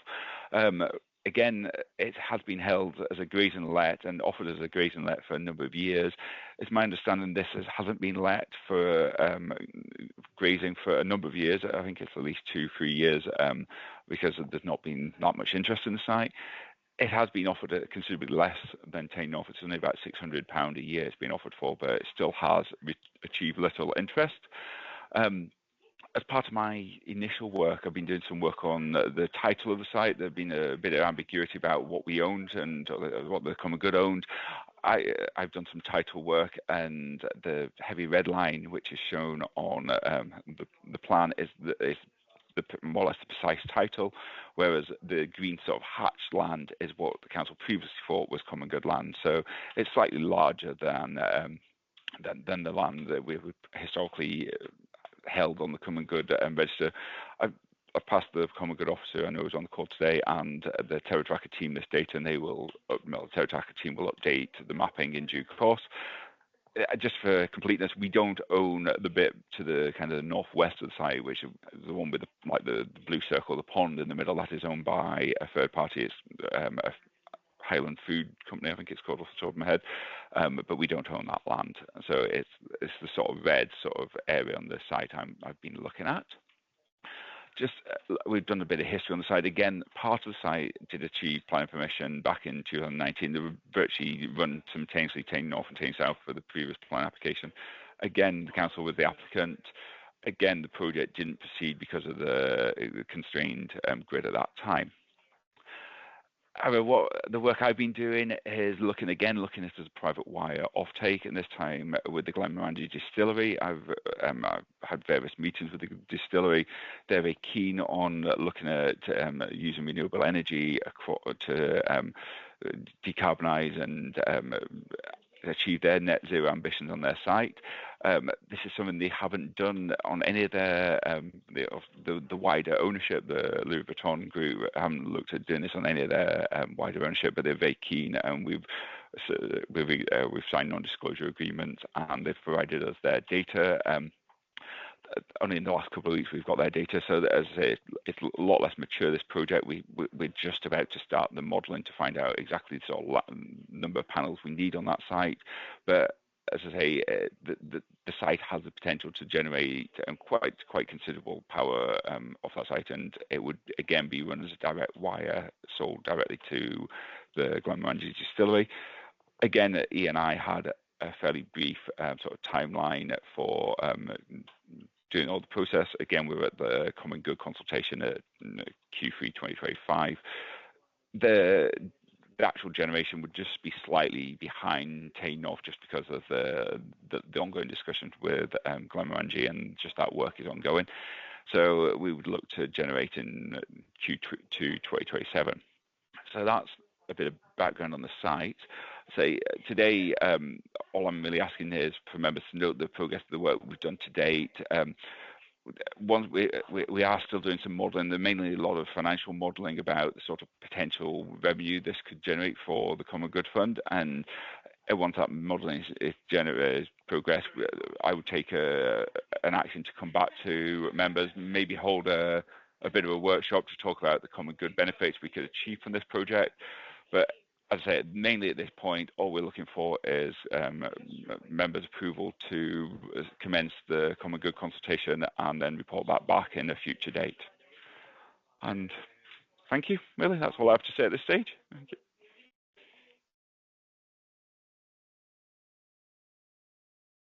Always when you don't find your mute button when you're in a hurry there. So first of all, thank you so much for such a detailed report.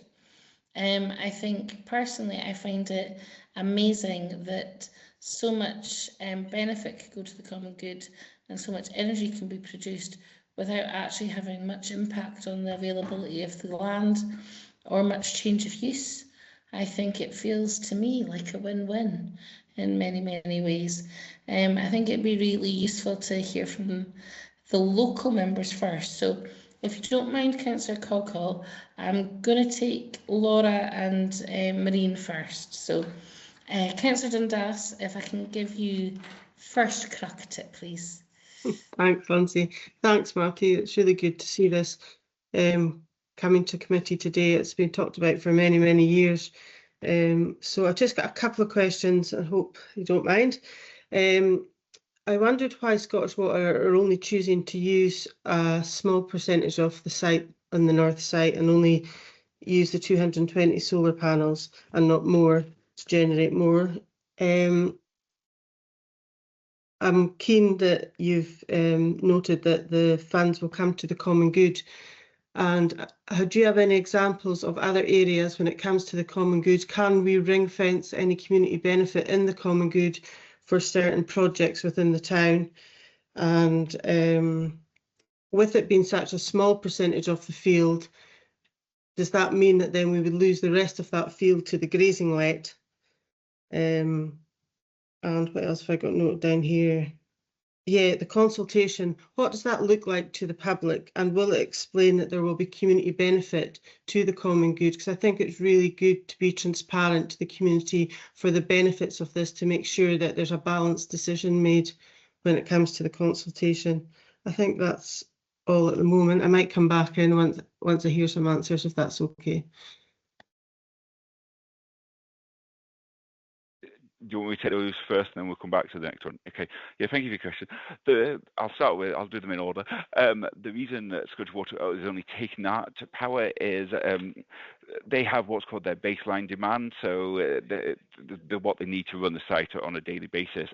And because it's going what's called behind the meter, there's no potential to really export that to the grid. So the reason the site is what it is to meet their base load. So they will still retain electricity connection to the grid, but they will use our power first, and anything over that baseline they will continue to import from the normal process. The reason we don't build bigger than that is we would end. It comes down to the financials, really. We build bigger, they wouldn't need the electricity apart from very small periods of time, so it would cost us a lot more to build and manage, and we wouldn't really achieve any more revenue. So there's a different financial modelings of doing it. So we use the one which gives us the most money for the smaller size scheme. So that's the reason. So there's no reason to build any bigger because there's no real offtake of that electricity. So we are exploring the potential of very small, like battery storage on site, just to deal with some of that peaks and troughs. But they still, even with that, we still only produce about 75% of their electricity, mainly because it will be generating much more over the summer than over the winter. So they will still need to pull power off the grid in the winter months. In terms of the use of the common good and the grazing, yeah, the reason at the end of the day, if I could find other off-takers for that electricity for a wider part of the grazing, I would come forward with that as well. But because it's difficult because of the railway line for constraints across any cabling under the railway line, it comes quite cost prohibitive and quite difficult with Network Rail. There's no real reason to extend the rail unless I can find other off-takers who are use enough electricity to make it worthwhile. So at this stage, I would just pass the land.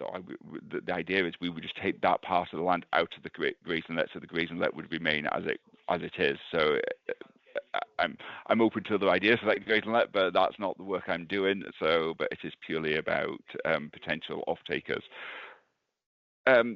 In terms of the consultation process, I could have touched on that in the presentation. And what we plan to do is a joint consultation with Tane North and Tane South. There'll just be one consultation for the public, mainly to keep the messaging simple and for the public to understand. The way the process works is it will go out, it will be advertised in the local press with a statement that this is what we're looking for. So members will have the ability to, not members of the public will have the ability to comment on it and reflect on it. We can include certain things about how much we look at that. This will be a revenue generating sort of exercise, so there will be money coming into the common good fund. I'm not sure you can ring fence that money. I've not looked into the legalities of that. It's probably beyond my scope of work. But what members do with that money once it's generated is be for you to do. And I can certainly take it away and ask legal colleagues if there's a way to ring fence what that common good investment fund money is doing. But it's probably beyond my scope at this stage. Hope that helps. Yeah, that's really good, Matthew. Yeah, if we could look into that, if we could ring fence that money with legal, that would be good. I don't know if you're aware, but we've got a huge amount of money to raise locally for a new sporting facility, and if we could use some of that ring fence that money, that would be a possible way forward to contribute to the funding that we have to do. So, and what sort of income would you imagine going on various other sites, maybe of similar sizes, that the common good would we definitely be looking at more than what we're getting for our grazing let? Yes, I should say, because we are quite a new team, and we probably haven't done this as yet, as we haven't actually progressed the formal process in terms of with the common good. So I have very little to go on, but I have had discussions with the city in the city committee about the Longman landfill site, which I said I'm leading on as well. That's slightly different because it is common good land, but the council has a let on it, and but what we're looking at there is, it's probably about somewhere between 3,000 and 5,000 a year. So the grazing let gets 1.6 at the moment. We're probably looking at somewhere 2,000 to 3,000 a year just for that small bit for where the array is. And I would imagine you'll retain the solar, the rest of the grazing let as a similar area. Tane South was probably the same. So you're probably looking at about 5,000 for both sites, and plus the retaining the grazing let on the Tane North site. So somewhere between 6,500 to 7,000 in total off these two bits of land. Is my indication at this stage. Thanks, Matthew. That's really helpful. Thank you. Brilliant. Councillor Ross, if I can bring you in next. Yeah, well, Councillor Dundas has covered really most of what I was going to say, but I think it's going to be very important that when we do go to community consultation, that even if the officers could create a Q&A that would be there with the consultation, because sometimes when you're at these drop-ins, you don't always remember to ask the right questions. But if the council could have a Q&A, and as members, we would be happy to pass on some of the questions so that answers are there before we go to the different consultation meetings. So community consultation will be really important, and it shows transparency in everything that we're doing. And it's great to see this. I know it's been talked at Community Council since 2019. So it's nice to see that things are progressing. So that's really all. Laura has covered most of the other points that I had. Thanks, Lindsay. And thank you, Matthew, for your presentation. Okay, without further ado then, Councillor Cockle, you next.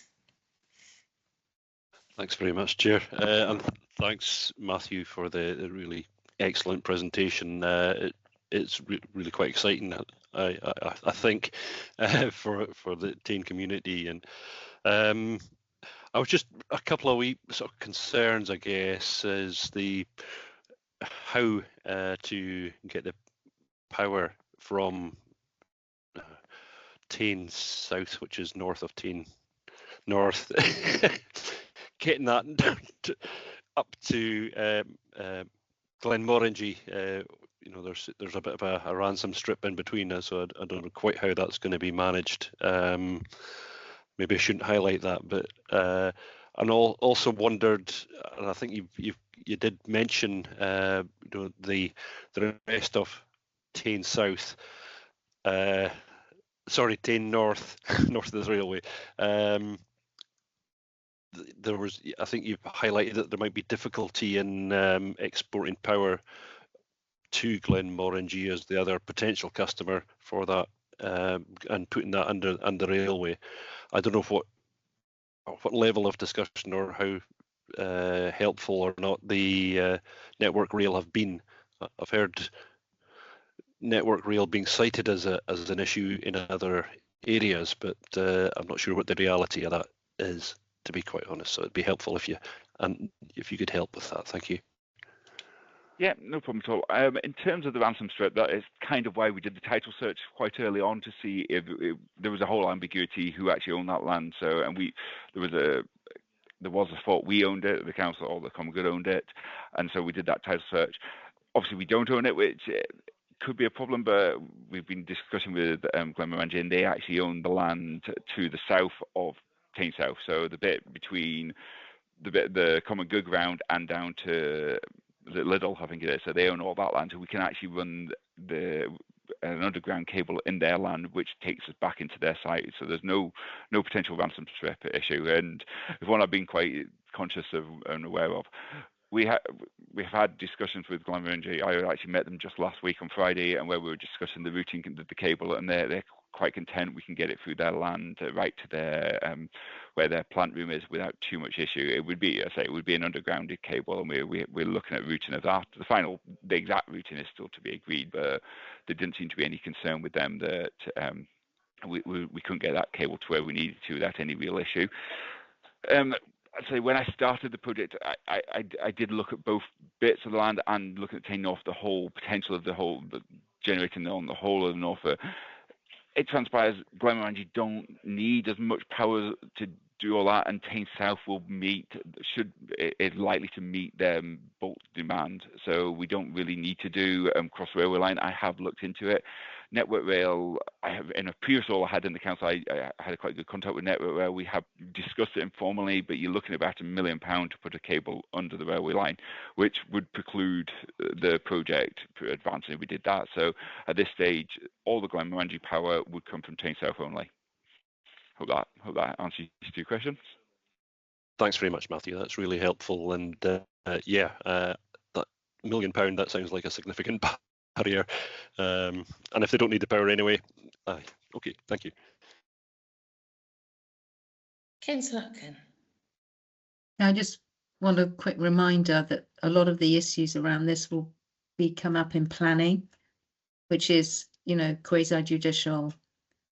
So just any members on planning, I mean, personally, I'll just stick to the recommendations, which I support would be taking it forward to the common good consultation. It's great to have the perspective of local members, but obviously anyone who's on planning, a lot of the questions would be asking at a planning committee. We don't want to be excluded from the process if we're on North Pack, like me.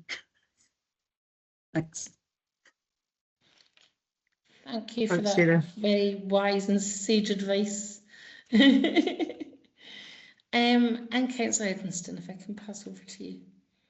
Means I'm not going to be saying anything. That's it. I'm over you because I'm on impact.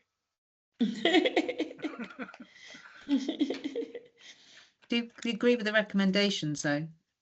The officers forward a proposal. Yeah, I do. Yeah. That was what I was going to ask next. Yeah, happy to agree. Are we all happy with the report? Yeah, agreed. Oh, Councillor Ramsey, I can bring you in now. Hi, no, it was just I'm going to agree as well, but I just wanted to say thanks for that. It was really great to understand it. When I've joined here, I know that it has been a big discussion in Tyne, so it's great to get an insight and a little bit more information surrounding it and where we're looking to go with it and stuff. So yeah, just wanted to give you a thanks. Sorry, Lindsay, can I change your mind? Actually, getting the electricity to and from is not a material consideration, I don't think, and that's what my question will be about. Just to Matthew, just to say that some of the, I don't know where the sewage treatment plant gets its electricity from at the moment, assuming that might be under the railway too, in which case quite often when they conduit the electricity, they leave spare capacity in that conduit to take other cables. I don't know whether you've investigated that. I have, yes, indeed. The power line from the substation goes over the railway bridge to the other side of the football park, and then cuts through the football park. And to get anything back to the grid would have to virtually dig up the whole of the town to get right. Now the substation kind of sits to the right, almost right in the middle of the town, to the southern aspect of it. So to get any power back to that location would be very, very difficult. And then beyond that, I also understand that what's called the the grid supply point is also fairly constrained due to all the wind further north of the area. So there's big issues with trying to connect anything to the grid in Tain. So I have looked. I've done quite a bit of work around that work, unfortunately.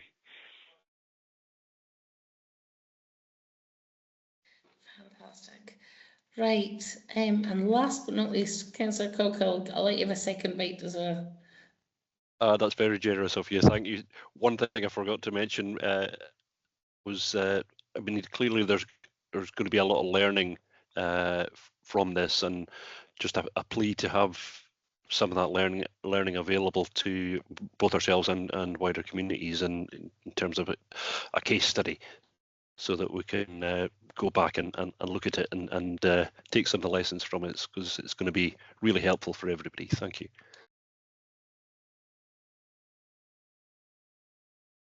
Yeah, I'm more than content to do some sort of case study on it. And take the learning points out of it. And as I say, I'm dealing with a number of utility scale solar, and they all come in my direction because so the learning, I can take that learning from one to the other quite quickly. So yeah, thank you. So, if we're all quite happy and content to agree with the recommendations, thank you very much for your time today, Matthew. If everyone is in agreement, I know it's been quite a long morning so far, would we all like a very quick 5-minute comfort break just to get yourself a quick refresh? Agreed on both points. Sorry, can I just make a point of order, Councillor Johnson? I'm not comfortable with agreeing anything with this, but that doesn't mean I disagree, because of my position on North Planning Area Committee. Does that make sense? So I don't really want to agree anything. I just want to have a neutral stance on anything to do with this at the moment. Would you like to be recorded as an abstention? Yes, please. Thank you. Is anybody else in that position? Chair, I actually sought a bit of advice on this.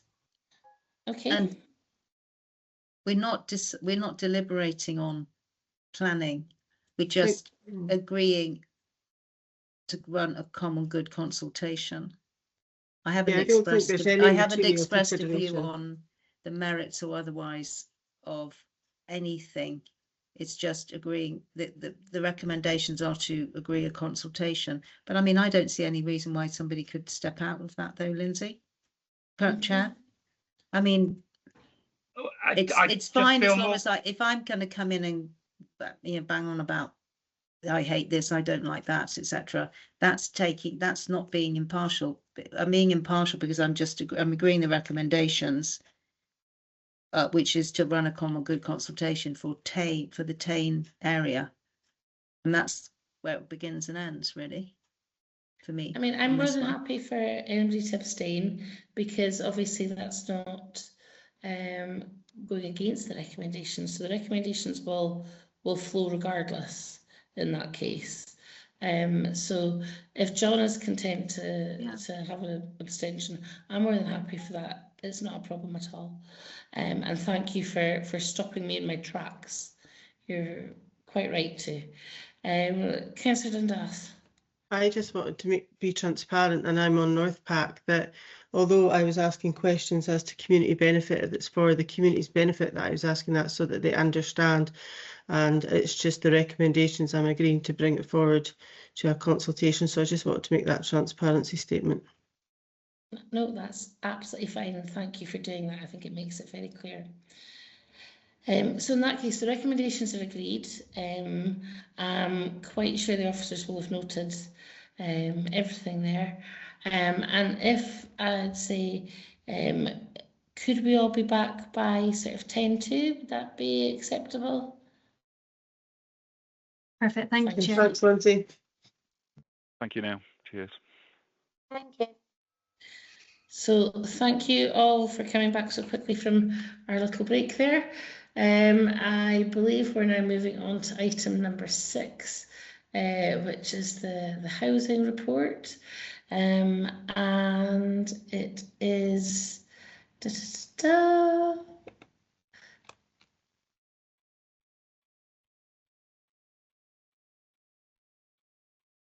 Oh no, I'm not sure who we have. Do we have somebody coming in to speak to this one, Fiona?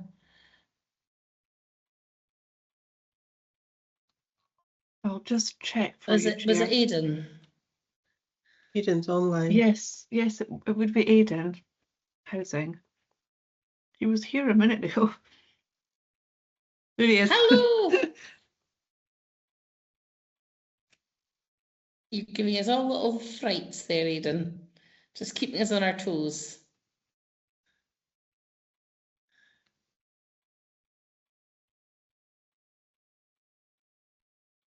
I think you're still on mute, I'm afraid.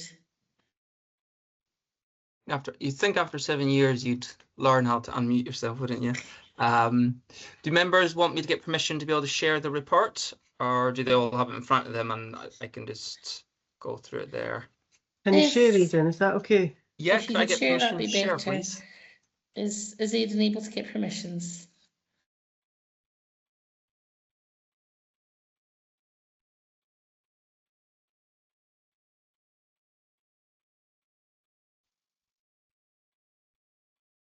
There we are.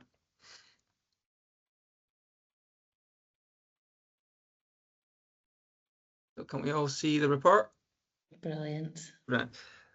So thank you for inviting me, members. If anyone has any questions while I'm speaking, just place your hand up or interrupt me and I'll happily answer then, or you can leave your questions right to the end of my my speech, so whatever preference you have. So I'll run through the report. I won't cover every little point, but I'll cover the points that I think are important because to explain any of the figures that might be there. But if I've missed anything that you want me to go back on, just ask at the end of the report, or like I said, interrupt me while I'm speaking. So, I think it might be best if we leave all the questions till the end, because then we can take your share down and it'll just be a bit easier. So, Grand, not a problem. So I'll just begin with the current rent arrears. So rent arrears has increased in the Cromedy Firth and Tyne and East Ross ward, with a kind of sizable increase in Cromedy Firth, while in the Black Isle it's reduced slightly in Q2. But if we look at Q2 last year, Tyne and East Ross is slightly smaller, and Cromedy Firth is just slightly larger. One of the reasons for, I think, the larger increase between Q1 and Q2 in Cromedy Firth is the new builds that we built in Evington. These are quite a number of new builds and large new builds, which means that they have larger rents for being larger properties. They have the new bill supplement, and these ones have factoring fees. So 3 weeks in rent arrears in a new build in Evington is a lot more money than 3 weeks in for an older build in Westford, for example. So that's one of the reasons, and just a general trend of that sometimes there's an uptake in rent arrears in the second quarter, which then starts to decrease in the following 2 quarters, as you can see in the previous financial year there. And I'll just go to here. I just wanted to, in terms of the banding here, I just wanted to give some context. The banding looks as one would expect, that you have more people in the smaller rent arrears banding and a lot less households in the higher rent arrears banding. But as you'll see in Cromedy Firth, there's quite a significant number of people that are between £0 and £500 of rent arrears. Now, I just want a bit of context of why that's such a high number. And that will be because of the way universal credit is paid. It pays in arrears. So a tenant would, if a tenant has normally £0 after a universal credit payment, it takes they would build up arrears over 4 weeks, and then universal credit would then pay their housing element, and that brings them back down to zero. So that means that means that when we take these figures at the I believe the end of the quarter, any tenants who haven't received their £400, their 4-week payment for universal credit, are going to be in some level of rent arrears. So it's just an unfortunate reality of the way universal credit is paid. And because the migration from legacy benefits, which included housing benefits, is nearly completed across all of the Highland, there's a lot more households who previously on housing benefits didn't have any rent arrears because of the way housing benefit paid in advance. They moved on to universal credit, and they suddenly then have this kind of stagnating recurring rent arrears. We do speak to our tenants to see if we can come up with a small payment plan that will slowly bring them into credit by 4 to 5 weeks. So that means that they're always staying within, they never dip over into arrears and stay in credit. But some tenants, that takes a long time if it's a very small payment plan, and some tenants are sometimes aren't too keen on doing that. So it's just a recurrent bit of work that we do around these low level rent arrears.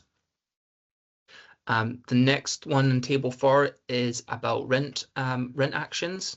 So members will see that between Q1 and 2 this financial year, there has been an increase compared to the previous financial year of court actions initiated. So by that we mean we've submitted papers to the sheriffs to look for a decree to then be able to potentially evict the households. But you'll see that an increase in court actions has not correlated with an increase in evictions at the same level, and that just reflects that taking court action is sometimes what is required to get a tenant to engage fully with us, so they then start paying rent and tackling the arrears, so we then never need to look to evict them or even look to actually get a decree from a sheriff, because we wouldn't ask for a decree if the tenant is certain to make arrears payments. And often as well, a court action can be what initiates a tenant to get help from citizens' advice to then go ahead and undertake bankruptcy as well. That would clear their arrears. So it is a good sign that even if we're initiating more court action, that is not then corresponding to an increase in evictions, because it's meaning that our tenancy sustainment efforts are working. And then just a quick note on ASB, just so members are aware that the figure here for number of cases resolved is a cumulative. So we would expect Q3 to then be higher and Q4 then to be higher again for that. But the trend looks to be somewhat similar to last year's, just with probably a bit more new cases opened. So the numbers might be bigger as we get to the end of Q4 for ASB cases. In terms of homelessness, there has been a small uptick, or an uptick in the amount of presentations in Ross and Cromarty. So that includes the Dingwall Seaforth and the Wester Ross ward as well, as the way we cover these statistics. But if you look at the 5 financial years covered here, 4 out of the 5 financial years has seen a Q2 uptick, and then a corresponding fall. So we would hope to see in Q3 and Q4 a decrease in the number of presentations in Ross and Cromarty, back potentially down to the 80 figure rather than the kind of nearer to 90. And it's hard to tell exactly what are the one specific drivers in that, as some people become homeless from private rent, some our majority are relationship breakdowns, which is just a kind of a sad reality of fact.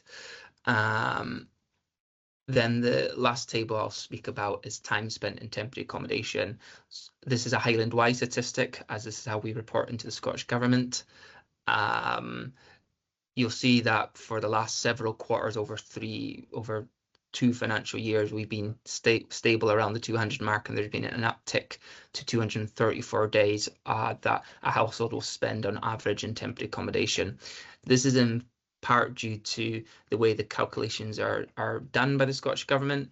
When we have a household that's been in temporary accommodation for a very long time, and they are finally rehoused into permanent housing, that will naturally increase the statistics for that quarter, because we resolved a long-term temporary accommodation household and moved them into permanent. So when I believe in Inverness, there's been 1 or 2 quite long-term homeless applicants in temporary accommodation that's been now rehoused in permanent housing. So that naturally drives the Highland-wide statistics up. So we'd hope then, after we've rehoused those long-standing cases, that the number then starts to return to what we've seen over the last several quarters of 200 days average, as we get back to housing people at the normal speed and not with the couple of long-term homeless households. And then the last 2 here around number of allocations completed and the homeless household property types. The trend is kind of follows what the trend has been in the previous meetings that I've been here, but happy to answer any questions from members about them. So that's me done. Brilliant, thank you, Aidan. That's a brilliant report, and it's actually really great to have your explanation of things as we're going. If you're happy to stop sharing the screen now, that'd be also fabulous just now. and we'll bring in some members for some questions. If we can start with yourself, Councillor Atkin. Thank you, Aidan. These are more comments really. Firstly, I love these reports because they're so clear and fantastic, really detailed, all out there basically. A couple of points. I know that this rent arrears issue is very, very complicated. Personally, I just feel we need, for somebody to get to the point of thousands when they're not responding. It's really, really difficult for officers because with data protection, I mean, you can't just go and knock on a family member and disclose, I think back in the day, I've been chatting to quite a few people about this problem. It was easier because you could do that within a community. But if somebody's just literally not engaging, that goes up or barely has ever paid their rent because of other issues, of other needs that are not being met. I mean, housing need is one need. That is a problem that I think we need to look at. On the antisocial behaviour within our communities, I think we've all got a role to play. I'm sure the housing officers would agree. Even if you don't think it's worth reporting, it's always worth reporting, because otherwise there's literally no evidence to take action when we need to take action. But again, I think we agree we need to be a bit tough on that.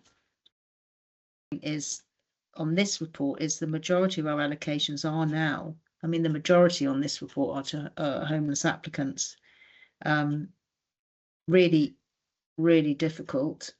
And on the private, this is a question, on the private sector, when people know they're going to be evicted for their whatever reason, the private landlord wants to sell the property, but they've got along really well for a number of years, and then they're told that, oh, sorry, you just stick it out, don't let them evict you, then we can take them to court, etc., etc.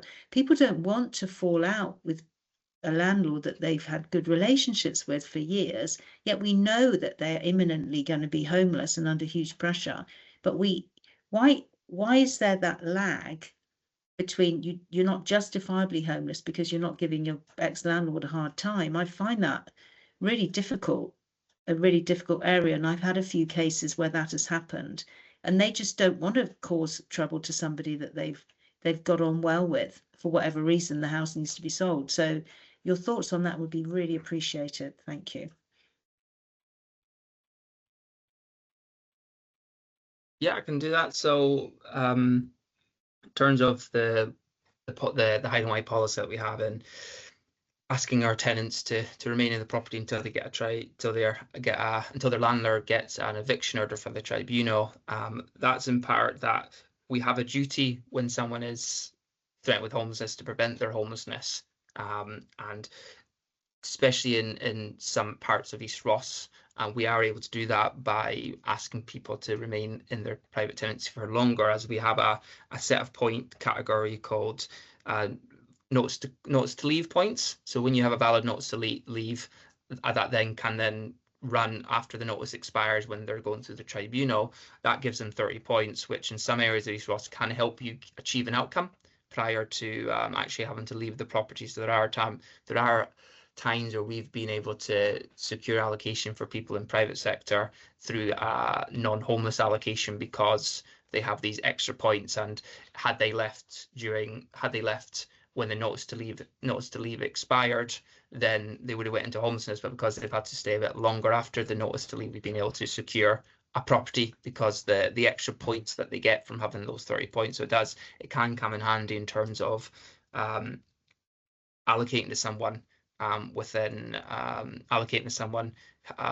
from a private let to a council tenancy without them having to go through the homeless route. That's something that maybe some other areas in the Highlands don't benefit as much from, but I know we do, because some areas we can allocate on kind of lower points.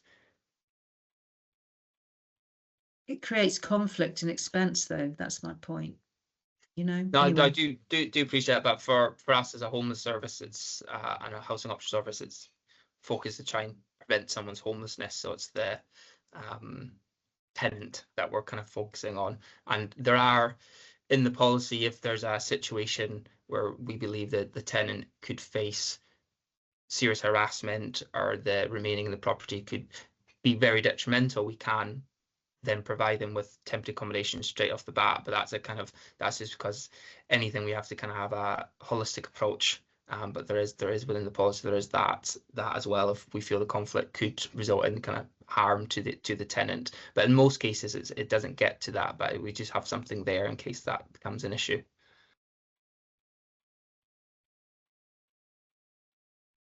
Thank you, Eden. If I can bring in Councillor Ross now. Thank you, Lindsay, and thank you, Eden, for the report. Just one thing I would like to query is, it is regarding arrears. When do we as a council have a flag up point where we then approach the folks and say, look, are you having difficulty? Because we have an excellent welfare team at the council who could help. There's maybe people are struggling and they may be entitled to various benefits which could help them out of difficulty. I just wondered, do we actually tell them about that at a certain point? Because once a debt gets too much, a lot of people tend to bury their heads and hope it'll go away, but it won't go away. It'll just escalate.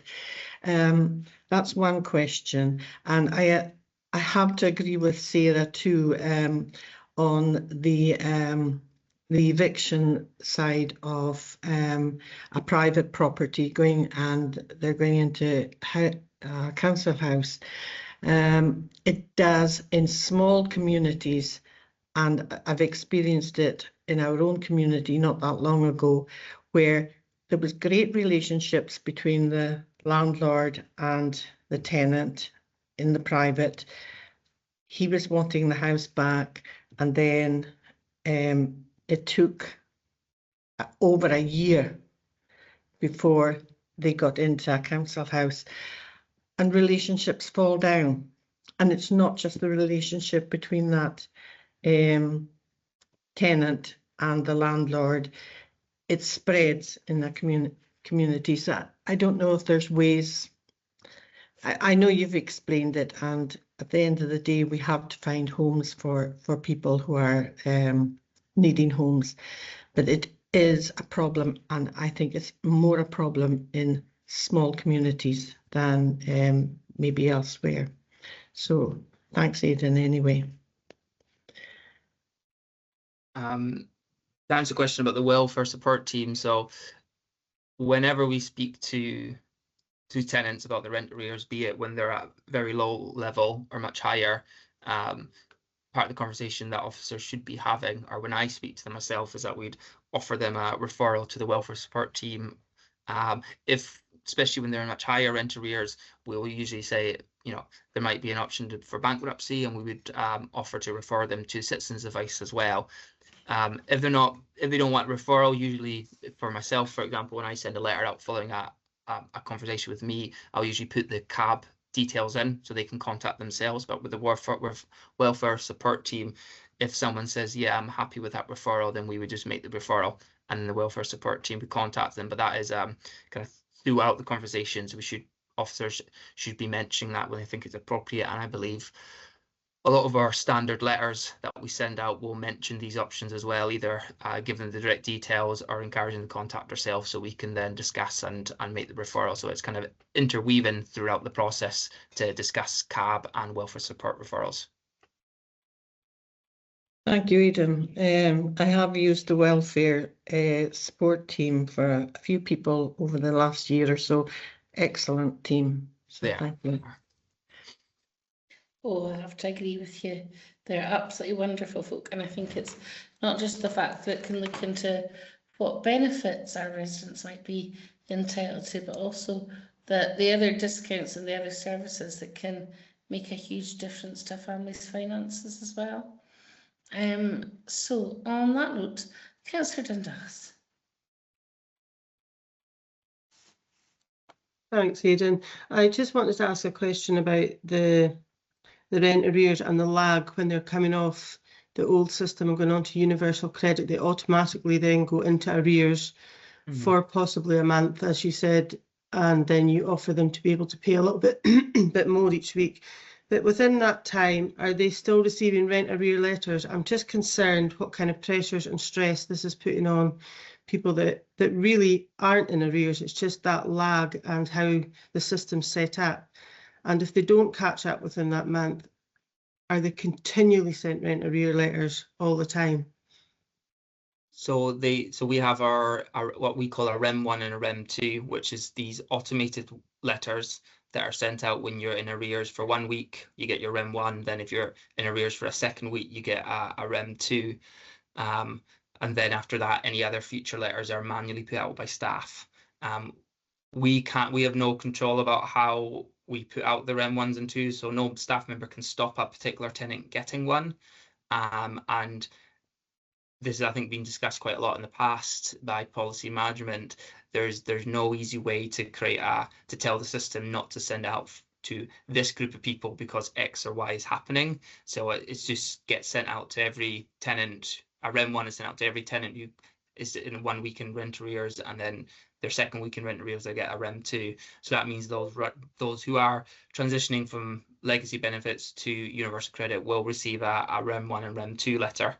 Often that does prompt a call, and then our officers are able to kind of explain the process to them and everything. And sometimes officers, when they find out they're moving to legacy benefits, may contact them in advance of the changeover again, and they can prep them, and they should be mentioned that they will receive a REM 1 and REM 2 to tell them, so they know why they're getting this letter. If someone is going on to universal credit and they're going to get those 2 letters, they're not going to get another automated letter. If they get another letter, it will be from a housing officer, and that will be crafted to the specific circumstances and everything. So it wouldn't be kind of throwing everything at it. So that's the way it is. And when someone is in universal credit, sometimes they will fall into credit and back into arrears just because it's the way it operates. So sometimes people will get these REM 1s and REM 2s throughout the year. And that sometimes prompts a phone call, sometimes it doesn't. And sometimes I think tenants just get used to receiving these letters and they know why they receive it if they've spoke to us before. But unfortunately, we just can't, there's not a system way that we've discovered that we can kind of discriminate against UC payers and people who are falling into rent arrears for other reasons. Okay, thanks, Aidan. And just one last point was Sarah's point and Councillor Ross's point about the private landlords. I do think we've got an issue here that I think we should be discussing in much more detail. Not only does it build bad relationships, but it certainly leaves private landlords in a position where they don't want to rent out their houses again. And that's not helping our housing challenge at all in any way. So I don't know. It's just a bigger picture, but it's a Highland-wide policy, so yeah, it's something that could be, addressed to the housing committee or something like that. It's just if it's other areas are experiencing it as well. Yeah, that would be good. Thanks, Aidan. Brilliant. And we can bring in Councillor Cockhill now. Thank you, Chair. Thank you, Aidan, for the report, and particularly thanks for talking us through it. That I was really alarmed at the debt rates, but you've kind of allayed the worst of my fears. I thought nearly everybody was falling behind, so that's really good. Yeah, I just wonder, as well as the potential stress we're putting on people by them getting these automated letters, whether it's causing more work for you as a department. So you're chasing around probably or possibly unnecessarily. If it's a systemic fault, then you're spending an awful lot of time chasing money that's going to come to you, albeit later than you've been used to getting it. So I would certainly hope that we can find a technical fix to prevent this unnecessary churn of debt letters going out to people completely unnecessarily. Thank you. So the system letters they're in a way done automatically since they're done, I think, by a printing company or by the HQ printing company, not sure. So they don't take up, so the sending of the letters don't take up officer time. But obviously if we get phone calls on the back, then that is officer time. But that can sometimes be useful because then you have a chance to speak to the tenant, maybe explain about trying to get a small repayment plan set up to put them into credit and everything. So probably the contact that we get from tenants from these letters can be useful. So I personally wouldn't see it as a waste of time because we get contact with people often, and we can kind of discuss possible options for repayment plans, or sometimes people may have other rent arrears from historic rent arrears that they've not got rid of from when they were in employment, for example. We can discuss that.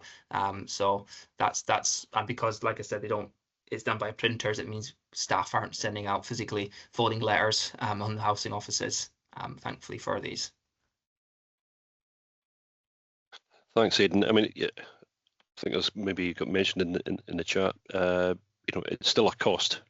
Of course, yes, but and yeah, I mean, it's good to be able to engage with tenants. If you're having to do it because the system is making you, it feels like the tail's wagging the dog a bit. So I think that is worthy of looking at. It's not a tenant cause, it's a systemic, the benefit system cause. I don't see why we should be seeking to penalise or bother tenants when it's out with their powers. As I say, great to speak to tenants, but yeah, that all of it costs, and we're under a lot of pressure. Thanks. Brilliant, thank you. Aidan, thank you so much for talking us through all of that. I really appreciate your time today. I think given that we've discussed that all, are we all happy to go with recommendations to note the information provided? And really to thank you, Aidan, for your time. Thank you very much. And really appreciate it. It's great to see. Thank you. Great. Yay. Okay, we are now on to item 7, which is, as you know, we've had a number of common good consultations all over the place. And the first one of these is the Fortrose car park, which was under consultation for the Fortrose and Rosemarkie Common Good. So, Paula, can I hand over to yourself and Ricky on this one then? Right, no bother. Good afternoon, members. Yes, so we have 3 common good consultations before us today, and I will go through these individually because they are individual proposals which they should be considered in their own right. So yeah, the first one is the Fortrose Golf Club. So this is in relation to Section 104 of the Community Empowerment Act, where we have a duty to consult where a proposal has been put before the public in terms of common good land, and this is in relation to the Fortrose and Rosemarkie Golf Club. So back in 2002, a lease was granted to the golf club to provide parking facilities for golfing members. So the lease term is coming to an end, and the tenant wished to extend the current arrangement. So it's not a new proposal in effect, it's just a continuation of what's already been in place for many years. So prior to members agreeing to the proposal, a common good consultation was required to help inform the decision-making process. First of all, I'd just like to confirm that Scottish Government guidance has been followed to guide the consultation process, and a summary of this is noted in Section 6 of the report, and Appendix 6, there's a copy of the consultation document as well that was put out to the public. I'd like to draw your attention to Appendix 2. So this is the representations and responses log.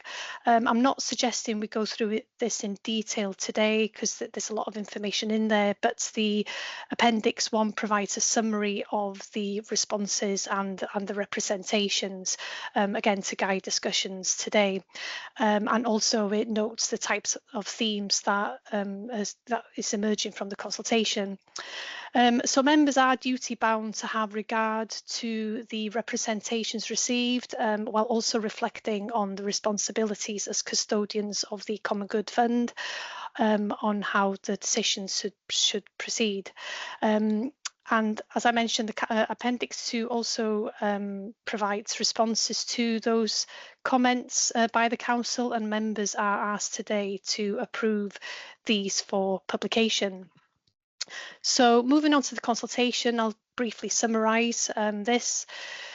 So I've seen in Appendix 1 and Section 7 of the report, 19 representations were received during the consultation period. So this ran for 8 weeks, and all responses were received from residents within the Fortrose and Rosemarkie area.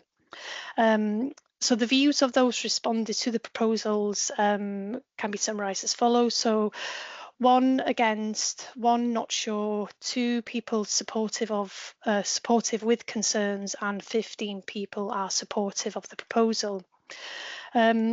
So almost all representations are in favour of the proposal.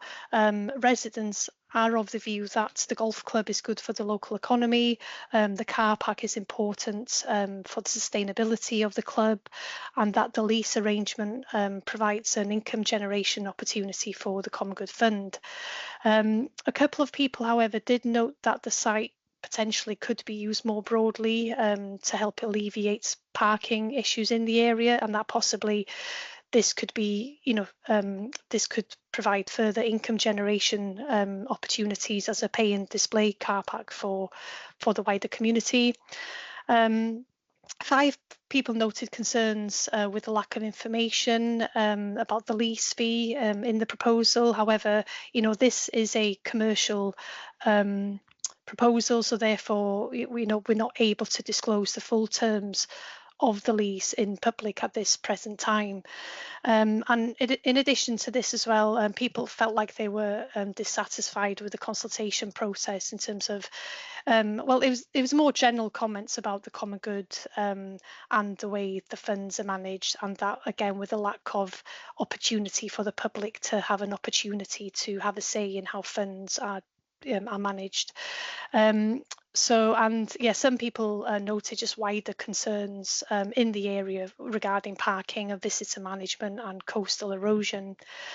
So in return of approving the proposal, the Common Good would receive rental income, and as I mentioned before, this is a continuation of something that's been in place for many years, and members are asked today to have regard to the representations received and decide whether to approve, subject to Sheriff Court consent, or reject the proposal, and members are also asked to state reasons for their decision. Happy to take any questions.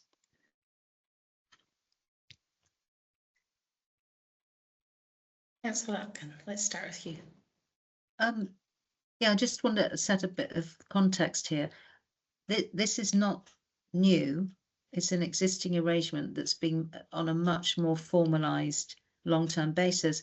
Because my understanding from Mike, who runs the golf club, is it was a lease. It was kind of fairly, year by year approach. This is a really well negotiated deal with the golf club to formalise much more formally on a commercial market rent use of this car park. Very professionally handled, I have to say, by officers, and that's all I've got to say. Obviously, because a lot of issues for this one obviously spill into the next one, but process from us as local members was about achieving the market rates to benefit the Common Good Fund, because we need to get more money into it to be able to do anything with it. So basically, to summarise it, that context is quite important. And the golf club too need that security going forward as well. That they're responsible for certain aspects, etc. So I think it's a very well negotiated by officers proposal. I would completely agree with everything you've just said, Sarah. I think the whole team, Ricky, you've just been amazing, and I can't thank you enough for the work that you've done. Personally, I feel like it's it must have been some amount of work as well to collate all the responses from the consultation, but actually it was incredibly useful to be able to read all of those responses and put a human tone behind them. I think it would have done the residents of Fort Rose and Rosemarkie a disservice to have just given us bar charts and graphs. So I really appreciate giving us the actual nitty-gritty detail on it. I'm going to reserve what I have to say next because I'll hand over to Morv and May. Thank you. You've both mostly covered what I was going to say anyway, but I just wanted to pick up on the point that was raised by several members of the community in terms of the issue around parking around Fort Rose and Rosemarkie, and to assure people that for the last year and a half I've been doing a lot of work on trying to solve that issue, and that's something that I'm very much looking to continue to pursue in the time to come. So hopefully that won't be an issue going forward, and hopefully that'll be resolved for any future problems. Thank you so much. So the recommendations on this report are that we note the process and the outcome of the consultation. We consider the representations, which I think we've all done, and take into account the views of the inhabitants of the former borough of Fort Rose and Rosemarkie. We recommend that this goes to full council, and it should be either approved subject to Sheriff Court consent or rejected, or approve the responses to the representations Appendix 2 for publication on the website. So I'm quite happy to approve this. I'm just wondering, is there anybody who has any difference of opinion with that one? I think we're just Chair, sorry, point of order, is it? Maybe not. Just that we're deciding the proposal should either be approved subject to Sheriff Court consent or rejected. And then we're just approving that we publish the appendix on the website. Is that correct? Yeah. So that's basically what we're doing at the moment. Yeah. So we're looking at approval or rejection, I think, first. So I'm happy to approve. Is there anybody who has a difference of opinion? I'm happy to approve. I'm happy. Thank you. Brilliant. So as we have no difference of opinion, I think.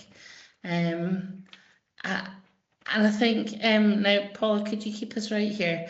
The item of it going to Sheriff Court, what I read from the papers was that was basically to make sure everything was above board. Was that right? And just that there was full transparency. Yeah, I'm happy to come in there. So yeah, initially, because this is a continuation of something that's already been in place, there's no change of use. It's not, it's not a new proposal as such in the community.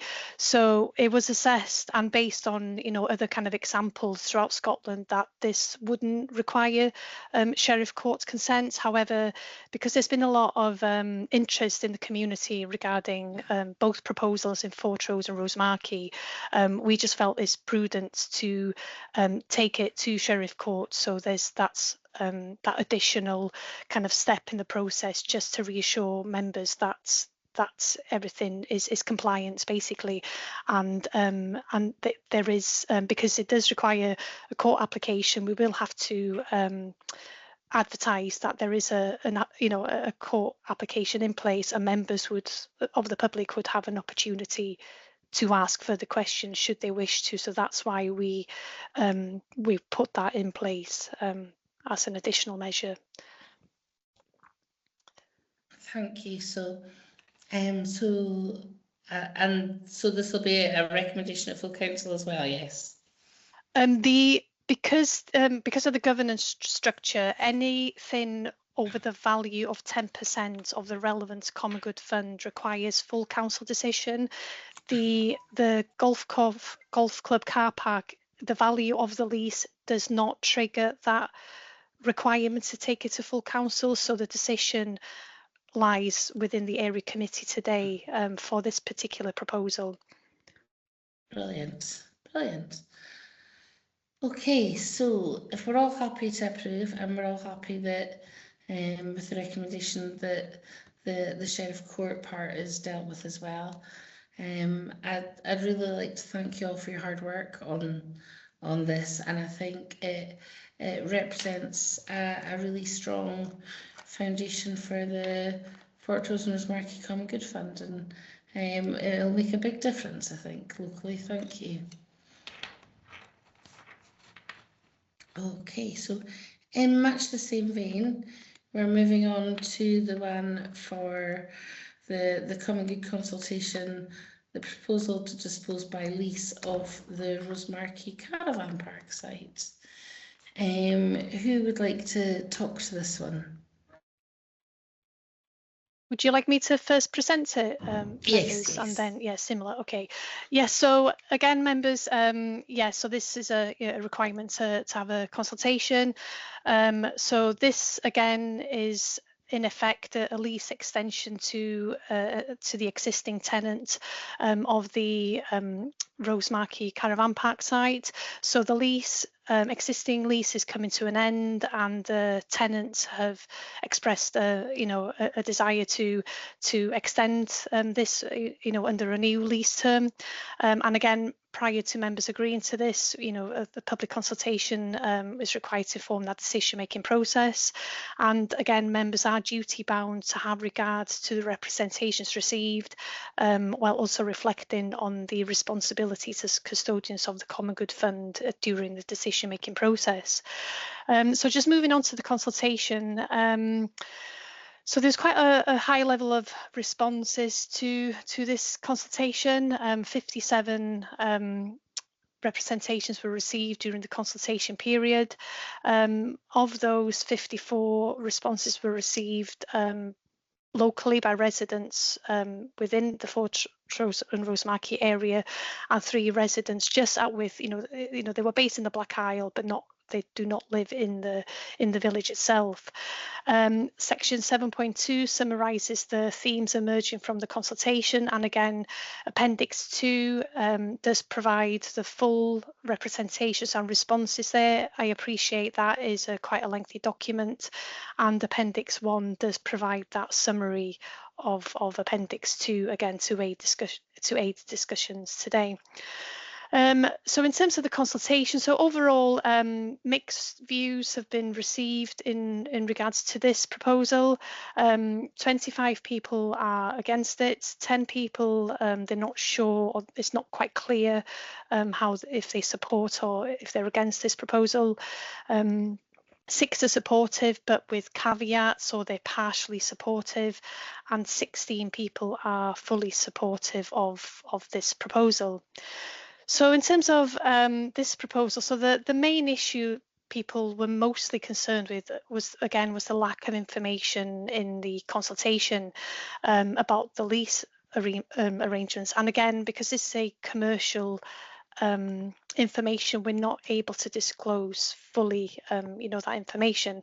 So 36 people commented on these points, and in addition to this, again, people they felt they were a bit dissatisfied with the consultation process and the lack of transparency, again linking back to the lack of information about the lease fee. 9 residents commented about the site itself, the site that there's been lack of investments, outdated and unsightly facilities, and wondering if the visitors could use the public toilets, for example, down there. Hardly hardly anyone commented about not wanting the site to continue as a caravan park. Some residents, they're aware that it's been used this way for many years. It's good for the local economy, supports, local jobs, the local businesses in the area by having visitors coming to the area. And again, this is a source of income for the Common Good Fund by leasing the property.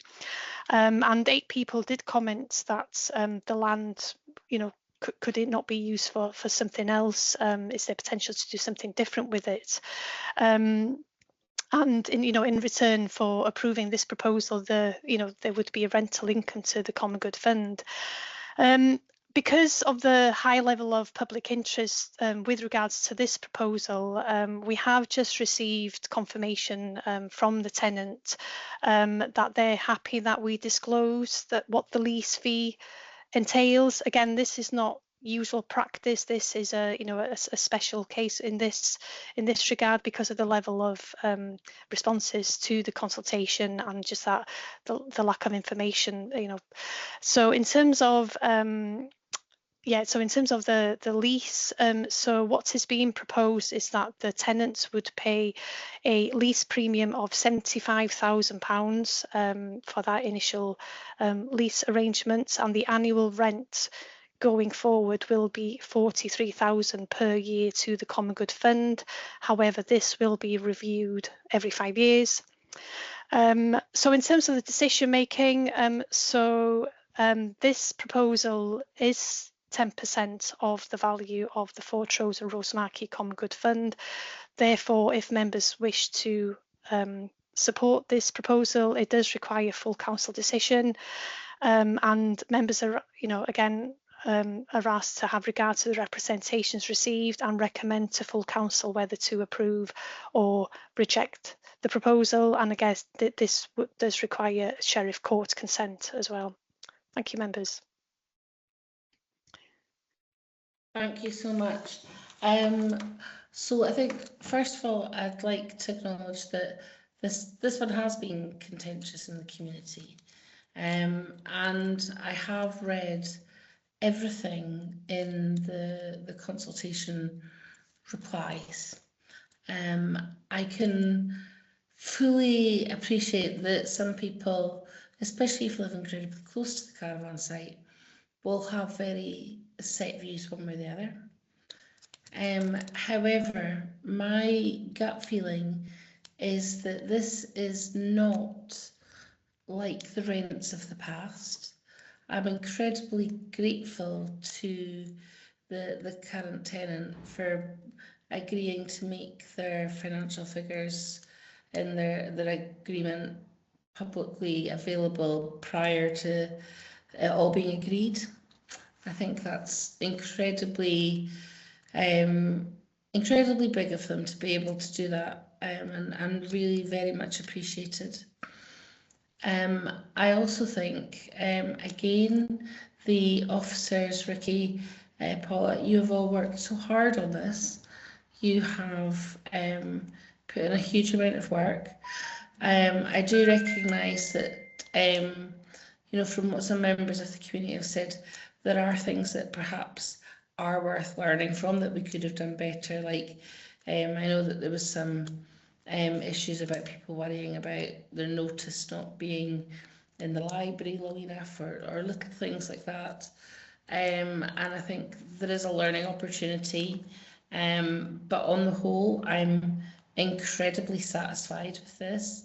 I think it will secure the Common Good Fund for many years to come, having a market value lease, whereas in the past we've not had a market value lease. And I'm really, really happy with this, and hope that we're all able to agree the recommendations in this report. Do any of the members have anything they'd like to contribute? Councillor Atkin. Thank you, Chair. Thank you for those words.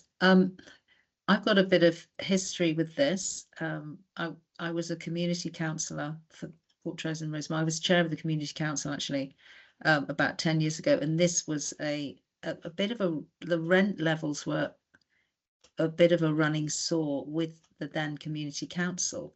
And I have to say, when I was elected, this was one thing that I just thought, we have got to get decent rent coming in from that site into the Common Good Fund. So this whole process came from our desire as local members to have a rent review. So that is what really kicked all of this off. And there's a wider context with the common good being responsible for the coastal erosion, which is a real problem. We have assets we just have never, I mean, we've never had enough money to invest in. And the community is saying, where's, you know, there's no money, what's going on with the money? We just haven't had the income coming into the common good to invest in the assets that we already have. Now, my personal view now is, with the economic climate as it is, I mean, we'd had a lot of discussions about this when we were, when this proposal came forward. This is a really good deal for the Common Good Fund, which in turn will be a really good deal for the community over time. I mean, the years ahead, the way we're not even, you know, around in our positions. And the framework is, you know, we're elected as local members. The framework of the common good, we love it or hate it, is what it is at the moment. And I mean, it did disappoint me that some in the community just wouldn't trust that I would want to do the right thing over this, possibly. I had quite a few calls from former community councillors asking me about the consultation, saying, Sarah, what the hell's going on? And when I explained, obviously not the figures because I haven't been able to disclose them, explained the rationale, they were saying, well, good on you, we're right behind you on this. And I just wish other people maybe had done that too, knowing me, you know, knowing that I'm a person kind of integrity and I want the best thing to happen for the community. As Lindsay says, you know, we will learn from our, you know, there's things to learn, but I would really want this really good deal to go ahead. I mean, I'm thinking 10, 20 years ahead, we're going to have some sizable chunks of money within. And there is also another campsite actually in our community too. We have to have the money for security for this coastal erosion problem that we have, but also to invest in other assets, one of which is Fortrose Town Hall. You know, there's no money to make that a much better space for our community. So there's my views. The only question I have on the recommendations in Appendix 2, there are accusations. The questions are brilliantly all answered, actually. It's very clear, Paula, thank you. But there is, you know, I've noticed something is mentioning the accusations of illegality, etc. I'm not sure if I'm comfortable with that being on the website. I mean, you know, it's implying something that actually probably isn't true. I don't know what other people might think of that. Or whether we just get it all out there, because you've explained it. So we've followed the legal process as it stands within the framework that exists around the common good as trustees. Thank you.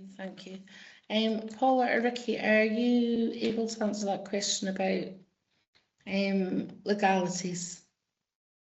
Can I just check which bit in particular? Is it the common good process or? It was comments from members of the public in the appendix who were questioning the legality of the consultation. But Well, I so in terms of I was under the impression the consultation was carried out fully under a legal process. Yes, it says, yeah, so it's under Section 104 of the Community Empowerment Act, and there are guidelines that we follow, and I guess, and I can confirm we definitely have followed those guidelines. Thank you. It's just that when these things are out in the open, people assume truth that isn't, you know, creates more. I mean, I suppose it's a point of view, isn't it? And obviously I'm not one to trample on free speech in that respect. I suppose it's not there as saying that anything illegal happened. It's a recording of what a response was to the consultation. So I suppose that's why it's there. and it would be, I suppose it would be censorship to remove it. So perfect, thank you. Councillor McCallum, if I can bring you in now. Thank you. I firstly wanted to thank the current leaseholder for allowing us to disclose that financial information. I think that's incredibly big of them. I think it reveals a lot about their respect for the local people and for the community that they were willing to divulge that. I think it really does say a lot. And I also wanted to thank the officers for the tremendous amount of work that's gone into this. I understand that it's been very contentious within the community, and I understand why, but we've worked incredibly hard to get the proposal that we now have. And I think it's important that we acknowledge that things in the past, perhaps community were not happy with the rent levels, but we have done a huge amount of work to correct that. That wasn't something that was in our power. It wasn't a decision that we made as current councillors. That was previous councillors, and we have done everything we can to address that. And I think what we have managed to achieve is fantastic, especially in terms of the risk for coastal erosion. Being able to have future investment in the area is really, really vital. So I think it's really important to acknowledge that and to thank the officers for their incredible work on this. Thank you.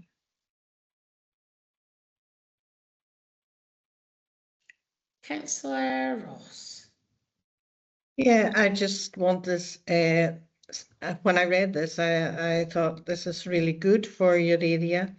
A lot of work done by the officers and yourselves as members, and it's a good result for your area. And I think it's a good result for the leaseholder too, because they are seeing a way forward. They can invest in the campsite as well. So, sorry, caravan park. So, well done to everybody. Thank you.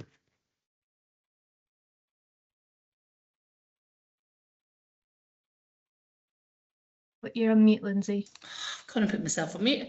I was being all nice and thanking everybody. So yeah, basically, given that, so the recommendations, are we happy to approve the recommendations? I'm happy to approve.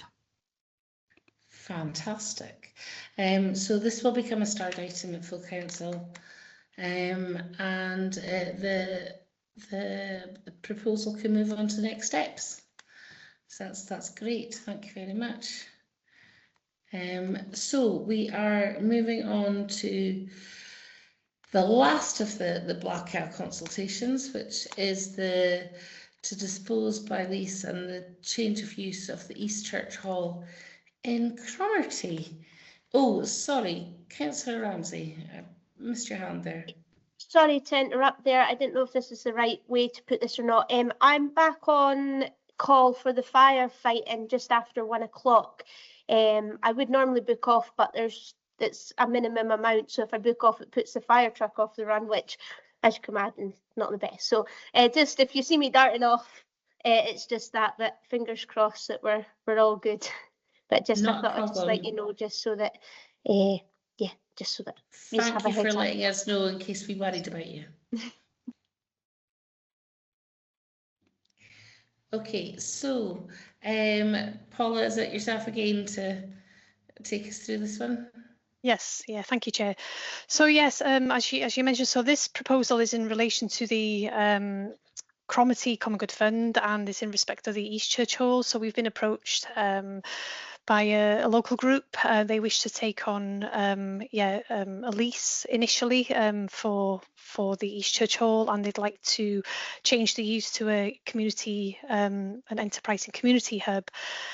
So again, the summary of the lease terms is noted in 3.1. However, just to clarify the disposal aspect of this particular proposal, so it is in two parts. So initially the group would like to take on a 25-year lease of the building, so they have time to work on their venture, to see how successful their business plan is, and how the venture is well received in the community.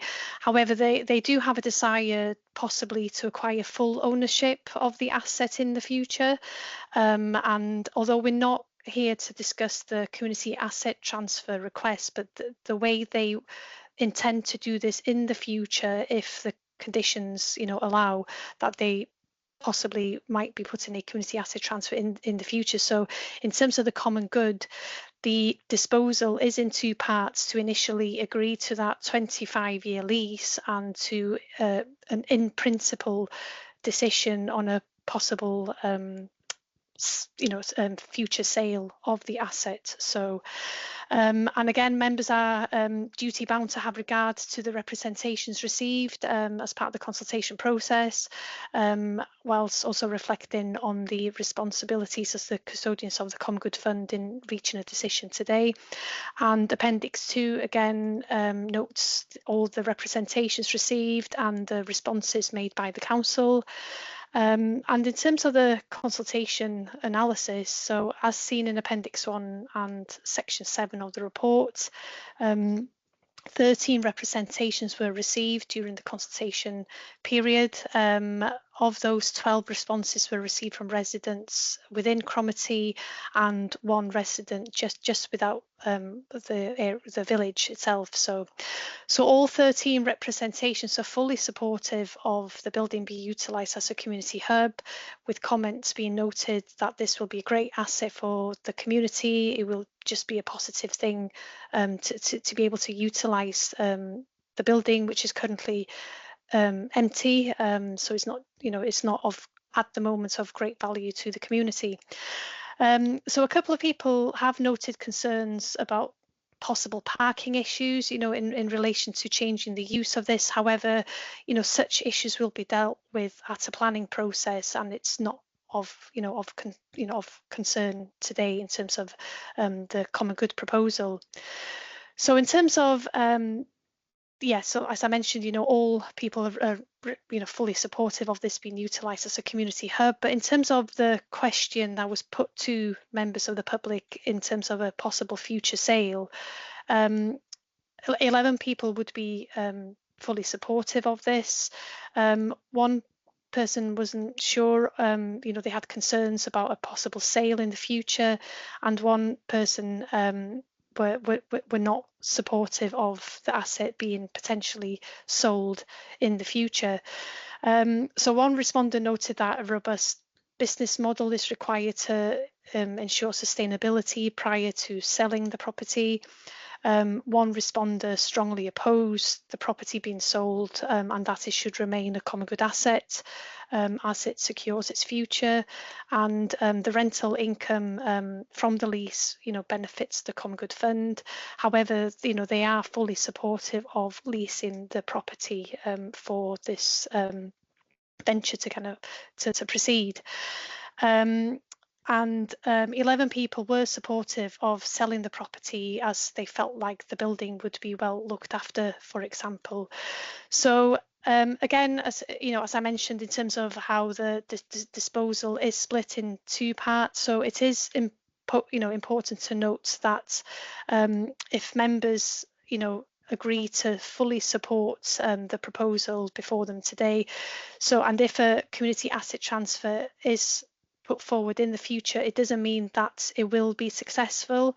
The CAT application requires a separate process to determine the outcome of that. However, prior to a community asset transfer application where the asset is common good, there is a requirement to first consult on the common good element to determine the common good outcome, and that's why the question was put forward in this consultation as part of this process to consider a possible scenario where the community might put a community asset transfer in place. So if a CAP process is triggered in the future, then and if members do support it in principle, then there will be no need to consult again on a possible future sale of the asset. So and if the property were to be sold in the future, so that would mean that the last remaining capital assets held on the common good fund will be legally discharged, meaning that it will no longer be a common good asset. And while the group are leasing the property, the common good fund would receive rental income for the duration of the lease. And again, if the proposal is fully approved today, so the value of that is potentially over 10% of the value of the Cromarty Common Good Fund. Therefore, there's a requirement to seek full council decision on the proposal. Happy to take any questions.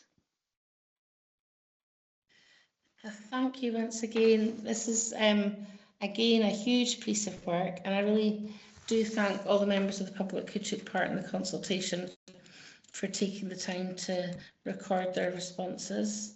I do think this is an exciting project for Cromarty, and you know, I do understand the concerns around parking, and because obviously Cromarty is a, you know, a small historic fishing village with not really laid out in the sense for cars at all. But I would say I'll open it up. So, Councillor Atkin, if you'd like to come in. This used to be a beautiful, thriving building with multi-use, and I do support the lease aspect of bringing this back into public ownership. I mean, sorry to throw a bit of a spanner in here, Paula. I would not be comfortable with, and CAT's quasi-judicial again. I would not be comfortable with a CAT process going forward if it wasn't dealt with completely separately and requiring a further consultation as it would be normally if it was a CAT, if that makes sense.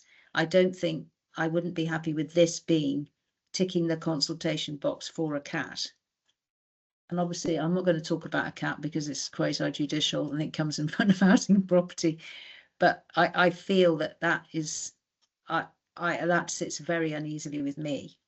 Whilst the purpose and the project and bringing this building back to life, because it is pretty derelict at the moment and getting worse, is something obviously I do support. And the other thing is, this is a very well-established group with a great track record, I have to say. So you know, that matters too. But I don't know. I mean, legal.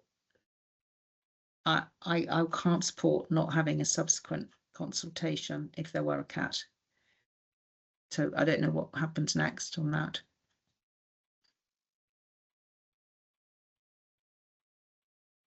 Do Paula or Ricky want to come in there, or will I take more from me?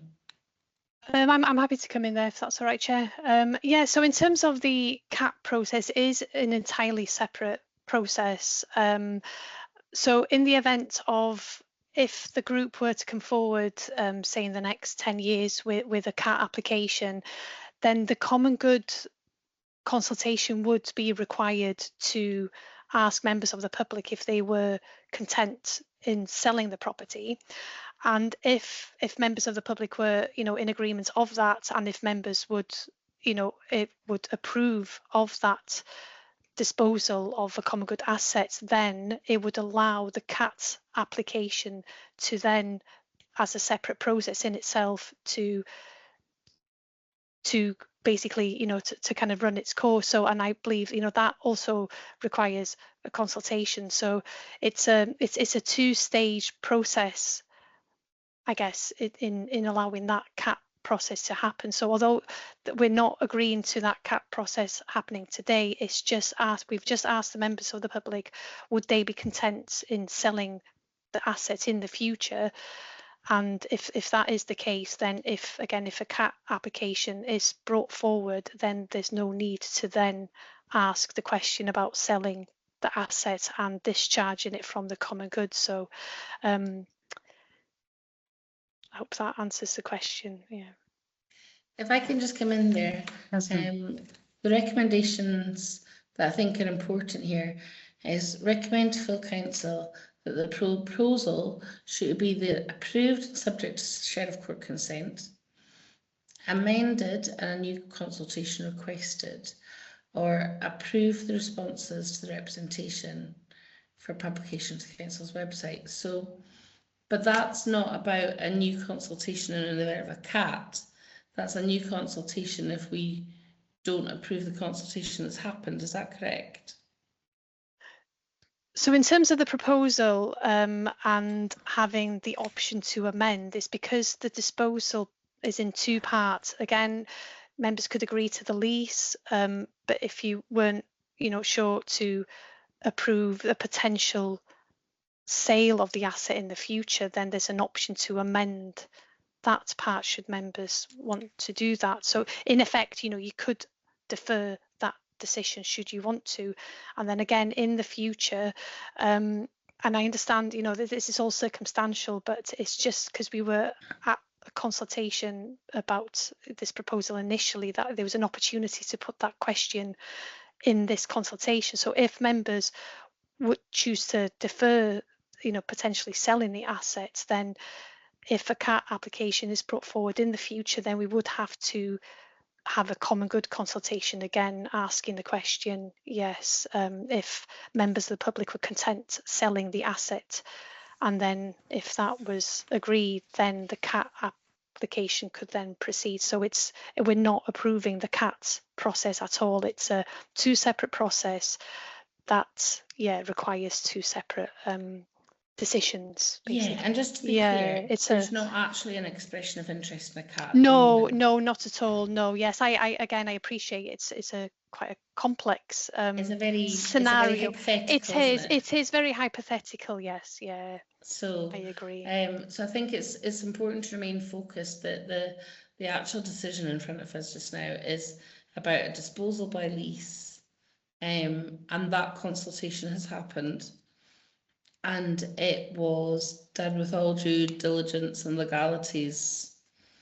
And it's a very reputable, active community group that would be looking to take on the building, along with all its maintenance, which I think is also very important. Councillor McCallum, I'll bring you in just now. Thank you, Chair. I just want to check, Sarah, was your hand up to come back in on the point of Paula's comments? If it is, I'm happy to wait. Yes, because I just want to be absolutely clear that if a CAT application comes forward, that there is a fresh consultation. They can't do it on the back of this, because I just think that A will go down like a lead balloon, but B actually doesn't feel right to me. That's all. I just want to agree the lease this is about the lease. This consultation is about the lease, not about saying everyone's happy with a CAT. Should that happen in the future?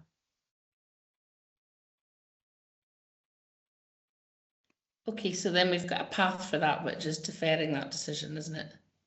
Is that right, Paula? Right. Yes, yeah. So I think it sounds like that's probably going to be the likely route, because like you, Councillor Atkin, I would quite like to keep those decisions separate, given that it's a hypothetical at the moment. Councillor McCallum. Thank you. I agree with both of what you've said. I think it's probably best that we do defer that and keep it as a separate entity, but I think this is a fantastic opportunity to see this building back in use. It's absolutely heartbreaking to see that it's not being utilised, so I'm really delighted to see this proposal coming forward, and I think it's going to be a lot of benefit to the community as a whole.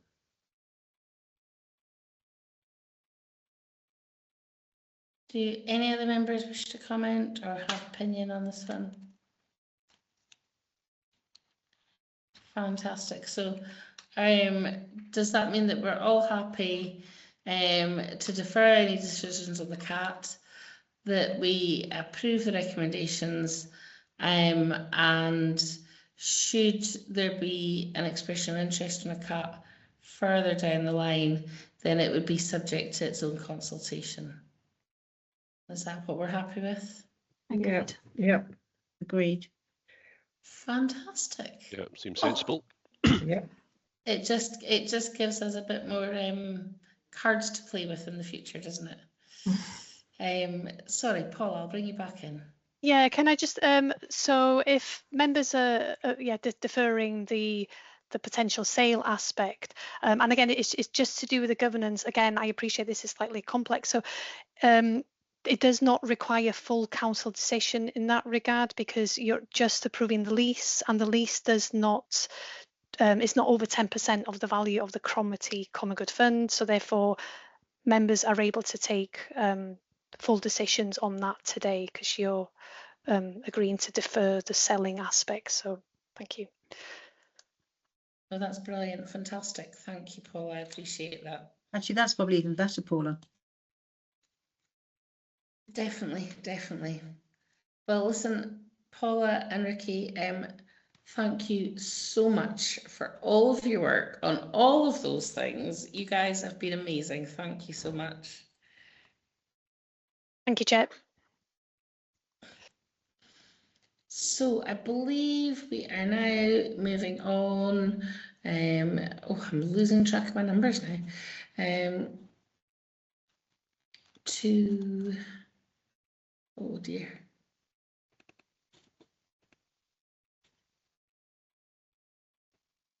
So we're starting with 8A for the Cromery Common Good Fund.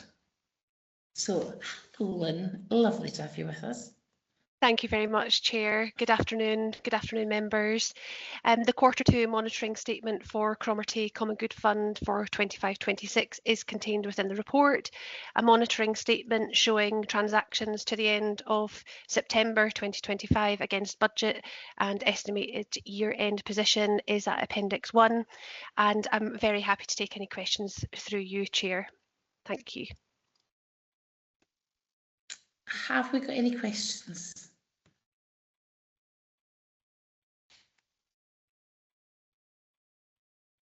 Okay, so we're all happy to note that then. Great stuff. Shall we move on to the Fortress and Rosemarkie Common Good Fund? Thank you, Chair. Again, this report presents the Q2 monitoring. This time the statement is for Fortrose and Rosemarkie Common Good Fund, and that's for, again, the same financial year, 2025-26, the current financial year. A monitoring statement showing the transactions to the end of September 2025 against budget, and the estimated year-end position is at Appendix 1. And again, Chair, very happy to take any questions through you. Thank you. Do any members have any questions? Councillor Atkin. It's just a comment really about, it can illustrate here really how little comes, relatively little money comes into it to do a hell of a lot with. So hopefully that's now going to change. Hopefully.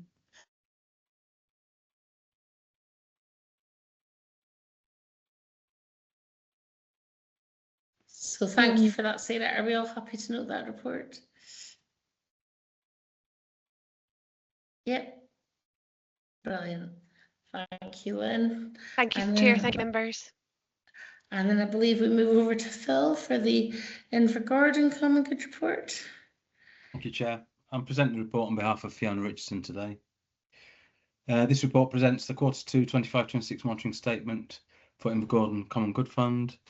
The only item of note is the Bouchard bust. We're still waiting a decision on the export licence, and members will be updated in due course. Thank you, Chair. Does anybody have any questions? Yes, Councillor Edmonston. Thank you, Chair. I have two questions really, and I do believe this was explained to me when I started my journey here with the council, but if you could just go over it again. What's the staff costs in the fund? What does it represent? And the second thing that I'd like to probably record at this meeting is I have been asking about the digital rights to the Bouchard bust, and I have chased this, and I still haven't had a response as to who or whether the digital rights, who owns the digital rights, and how are they to be shared for an opportunity for the Common Good Fund to be able to use the image.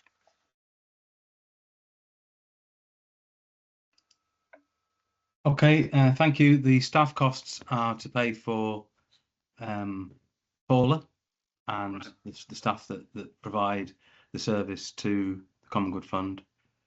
And the digital rights, forgive me, I do remember that question being asked, but I don't recall the answer, and we'll provide an answer for you after the committee platforms. I've asked Paula, and I just wanted to record it at the area committee meeting that the subject has arrived. Thank you. Thank you. Councillor Coghill. Thank you, Chair. Thank you, Phil, for the report. I get on the Booker bust. I was just wondering whose decision we're awaiting for the outcome of the Waverley process. I wasn't sure who had that decision-making powers. Thank you. Okay, thank you. The decision is made by a minister, but I can't remember which minister it is. But again, I can find out the detail for you and get back to you. And Councillor Cross.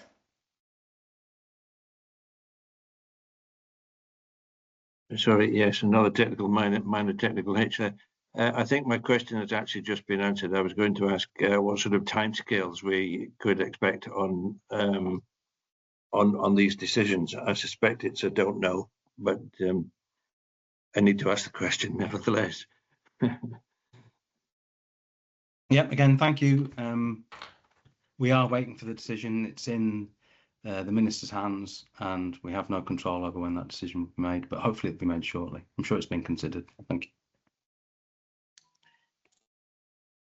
Fantastic. Are we happy then to note the report then, members? Lovely, fantastic. And then we move on to the Tyne Common Good Monitoring Report. So Phil, are you presenting again for Fiona? I am, thank you, Chair. This presents the Q2 25-26 monitoring report for Tyne Common Good Fund. Ask members to note the rents are up to date and the revenue from the newly acquired assets at Blarleith Industrial Estate reflecting the 26-27 budget. The report does propose an amended budget. The property costs which were budgeted were for £5,000, but the majority of that has already been spent on repairs for the Alexandra Bridge, and there's further work required clearing storm damage and also some work at the Duthick Centre on the railings. What the amended budget does, members, is it draws on the in-year surplus of 9,950 to increase that maintenance budget, which means that works can continue. Thank you, Chair. Thank you for that, Phil. Members, do we have any comments? Oh, Councillor Dundas. Yeah, thanks, Phil, and thanks for the extra budget, the maintenance budget. I think there's still some issues that we would like to have probably a separate meeting with you regarding the repairs that need to happen. I don't think there's going to be enough money for that to happen. So maybe we could pick up in a meeting after. I don't know how the other ward members feel. Yeah, I agree on that. Okay, thank you. Yeah, I would as well. I think as much information as I can get is always good. So yeah, I'd like that as well, please. Fantastic. So are we all happy to agree the recommendations, and the Tyne ward councillors will make arrangements to have a meeting regarding the repairs? Fantastic. Thank you for that, Phil. I do appreciate it. And that brings us on to, I believe we've got Alison Tanner with us for the paper on the Community Regeneration Fund. Oh, is it Martin? Sorry. Afternoon, Chair. You should have both of us. Alison's covering the Black Isle applications. I'm covering the Easter Ross ones. See, that's what's put me all wrong, because I just think of Alison as being everything. So, oh, sorry, I am being reminded. I jumped straight through missing item 9. So if we can go back the way to item 9 on the agenda, which is the board discretionary awards. So they're all there on the very front of the agenda. That's why I've skipped past them and I've been scrolling through. So are we, so these are all for noting, yes? Are we all happy to note them? Fantastic. Sorry, we'll skip back to item 10 and back to the Community Regeneration Fund. Sorry, Councillor Ross. Yeah, Lindsay, I'd just like to, in the light of looking at, I had put a transparency statement in thinking that, you know, that I could keep with the meeting, but on reflection, although I'm a volunteer director of two of the groups, the Friends of Fern Abbey and the Seaboard Memorial Hall, I'm actually, I'm in the office bearing position, so I think I will remove myself for these items. Thank you. Not a problem. We can give you a buzz when the item is finished. Thank you. No problem at all. Thank you for being so transparent.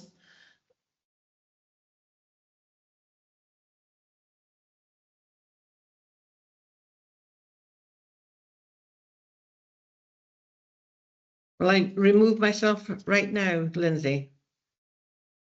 You're on mute. Yes, you will now need to remove yourself. Thank you. Okay. And I will. Okay. So we're on to this part. So Martin, if we can start with you then. Sorry, I think it's me instead Oh, of was it Martin. Alison Yeah. first? Good leading off, Alison.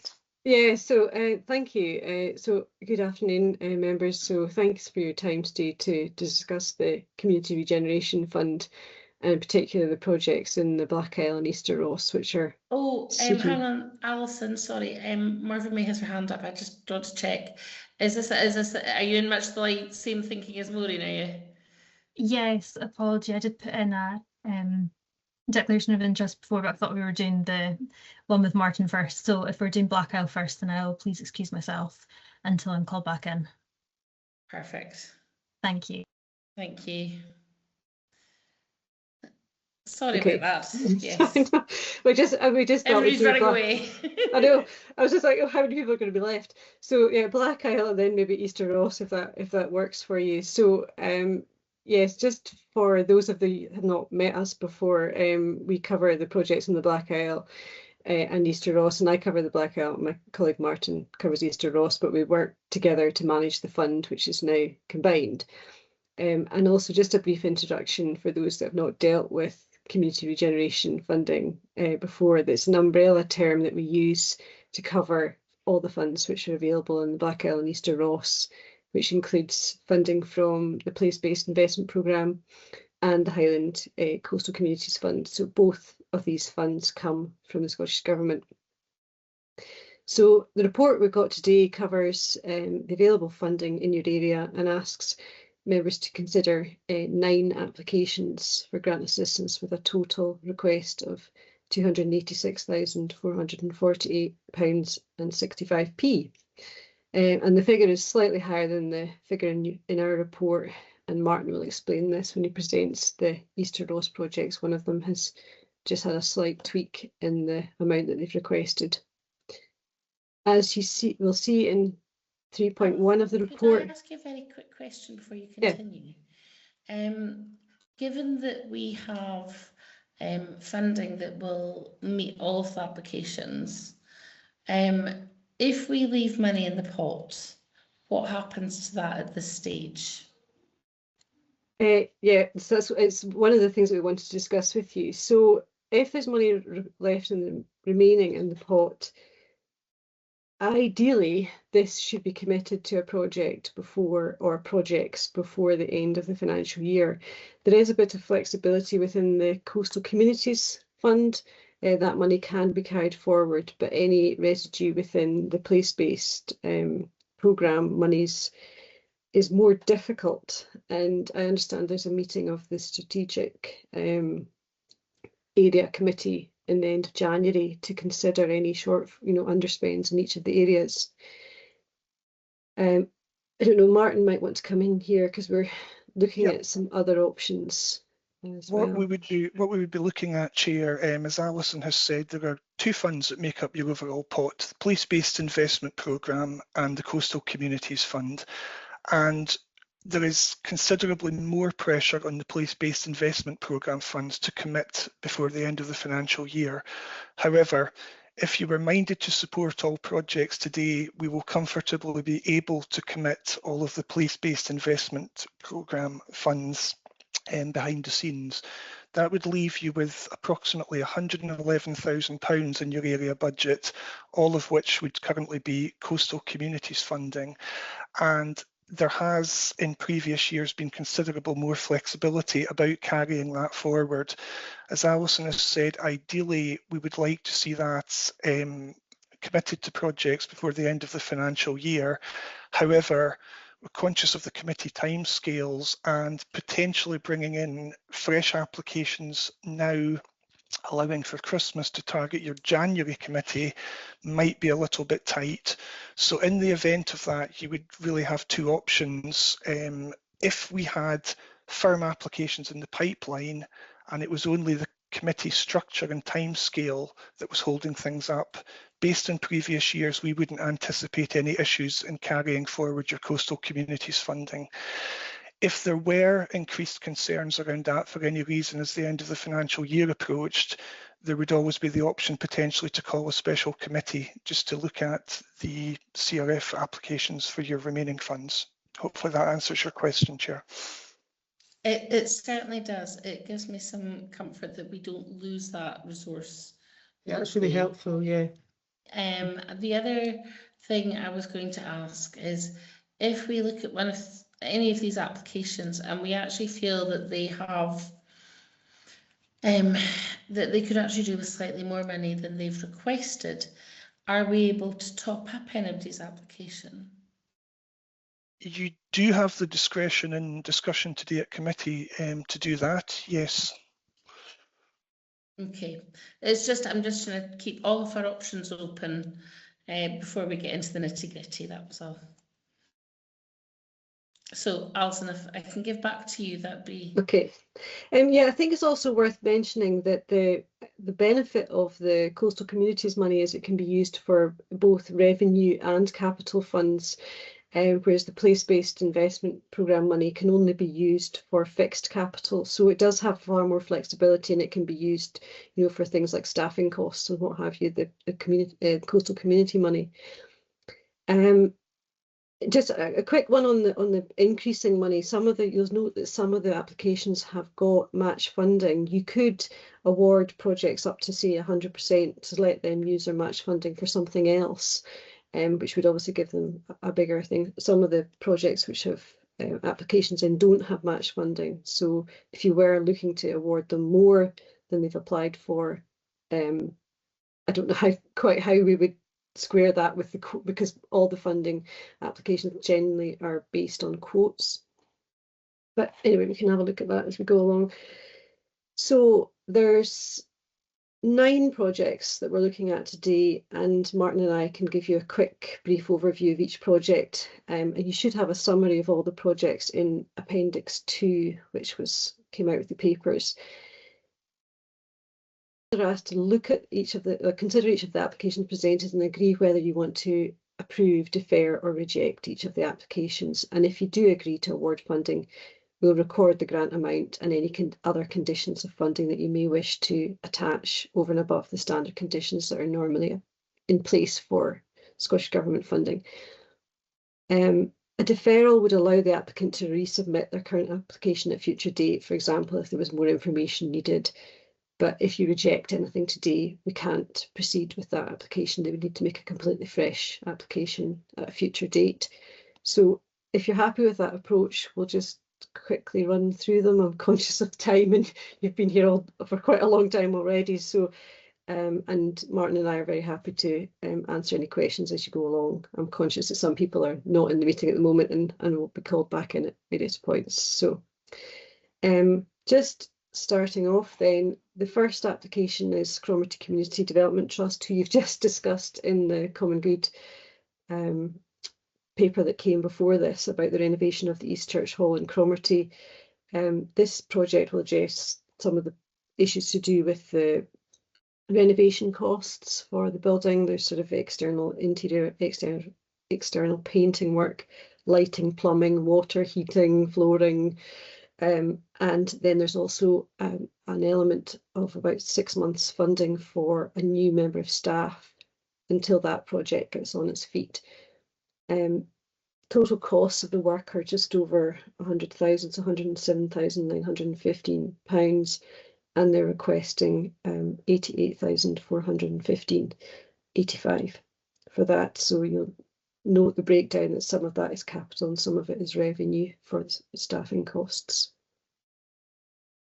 It scores pretty well across the board in terms of the project. Things like, I should maybe have mentioned before, some of the colours that we use in terms of red, amber and green don't necessarily mean that a project isn't eligible or hasn't met the things. It just might mean that there's some information that's maybe slightly missing. And in terms of project robustness, that one is probably to do with the lease. If we hadn't made a decision on the lease, that project wouldn't be able to go ahead at this time. The next project, I don't know if anyone's got any questions about that one. Not at the moment. Are we just doing a quick run through on the applications at the moment? Because what I was just wondering is, if when it comes to decision making, could we perhaps do the ones that the members have left for first? Yes. So what? So those ones will be the Cromarty Courthouse. Yeah. The Fern Abbey and the Seaboard Memorial Hall. So if we can go to the Cromarty Courthouse one, just because that's a Black Isle one. This is for the appointment of a part-time development manager to look at the repair project specifically for Cromarty Courthouse. It's needing it's a Category A listed building, very important, not just locally but nationally in terms of its architectural merits and what have you. So they're wanting to appoint a part-time development officer to look at funding applications for this repair phase of work. You'll note that the total cost of that is around 41,500. They do have quite a bit of match funding in that application. So from ourselves, they would be looking at 19,200 towards that overall £41,470 cost for that post.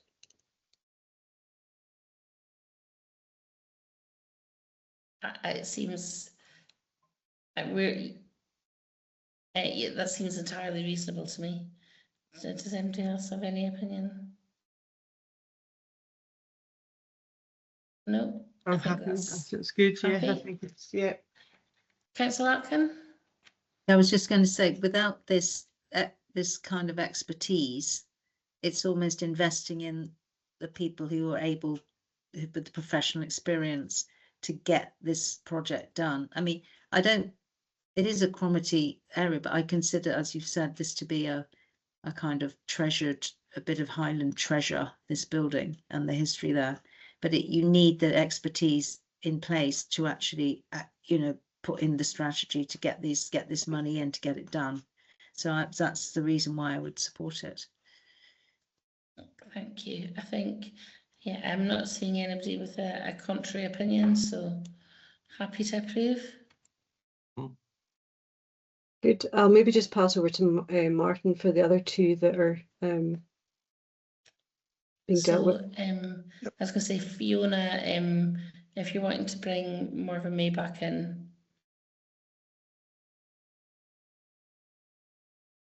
I'll call her in now. If you could just hold off till she comes in. Okay.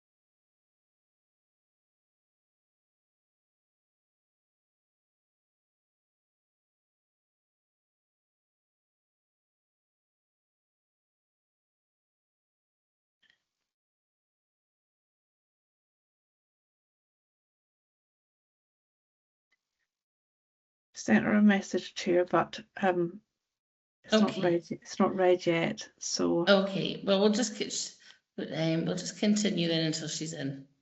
So. Okay, thank you, Chair. I'll take the Friends of Fairnaby application first of the two current Easter Ross ones. Friends of Fairnaby Skio are a newly established community group that are involved in the community asset transfer of Fairnaby.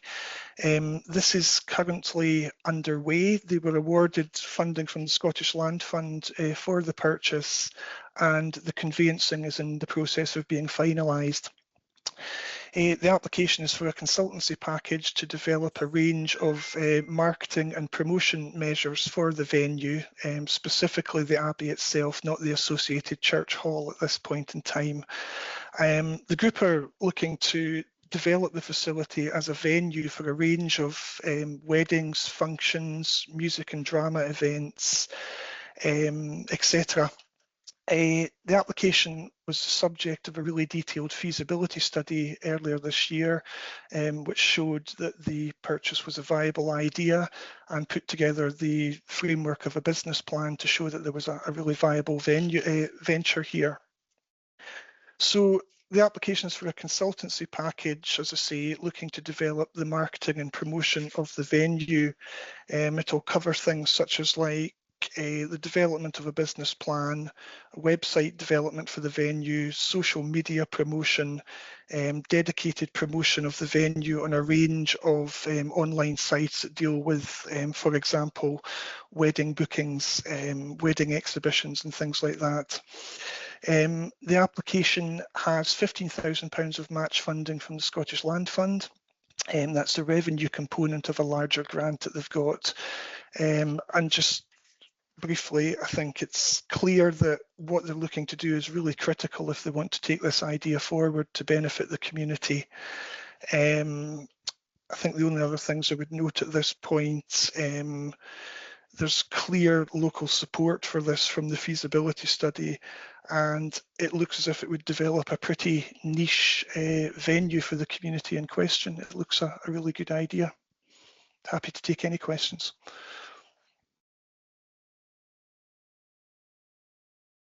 Councillor Dundas. Well, thanks, Martin. Thanks for that explanation. Not so much any questions, but just to give this my full support. They've done a huge amount of due diligence already and work that's gone into this. The Fairnaby is an iconic building within our ward, and it has been used for many, many years for weddings. It would be just devastating to see this building go to waste.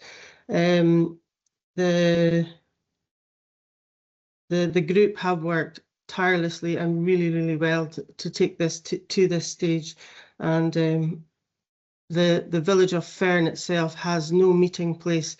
They lack so many amenities, and this would be something really to give this community a boost and to be able to bring them back together under one roof and move it forward. So that was just really to give it my support and thank the community group that worked so hard on this to get it to the stage it has been.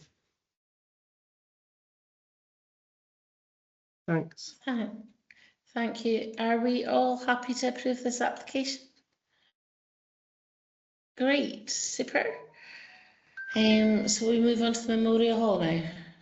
That's great, thank you. And sorry, Chair, I should have just noted there, as Alison touched on at the beginning, the grant request for that one is 15,000 and not 12,000. So that explains the slight variation in the figures in the report. Seaboard Memorial Hall, the second one that members have stepped out of the meeting for, is a very straightforward application. Essentially, the floor in the main hall is uneven and is experiencing some problems with the timber warping. This has been an ongoing problem for some time now. It's causing them difficulties with hiring the venue, particularly for mothers and toddlers, the local indoor bowling club. As you can imagine, that's a significant problem, and a range of other functions just on a kind of health and safety perspective. Very straightforward project, I think, to deliver if you're minded to approve it. Seaboard Memorial Hall is clearly a really important community asset for the area, and I think it's well recognised, the range of functions and services that it provides.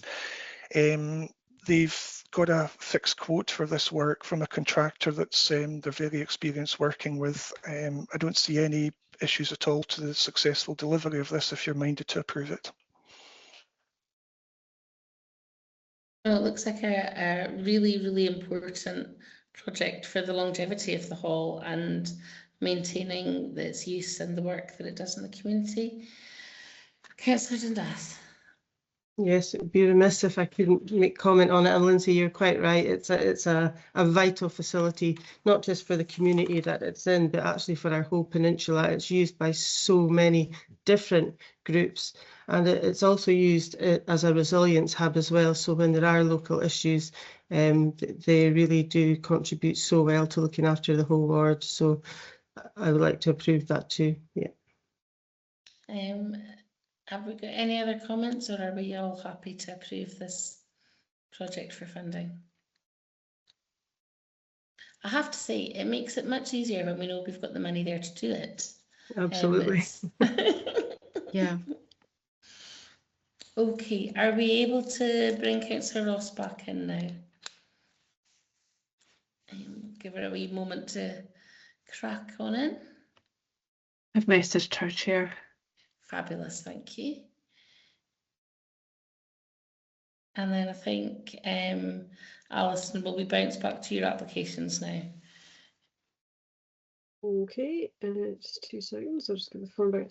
So yes, we've looked at Cromarty Courthouse. So if we go back up to the top, I think we'd started to look at the Cromarty Community Development Company and the renovation of the East Church Hall in Cromarty, which we'd started to discuss and then realised we probably needed some more people back.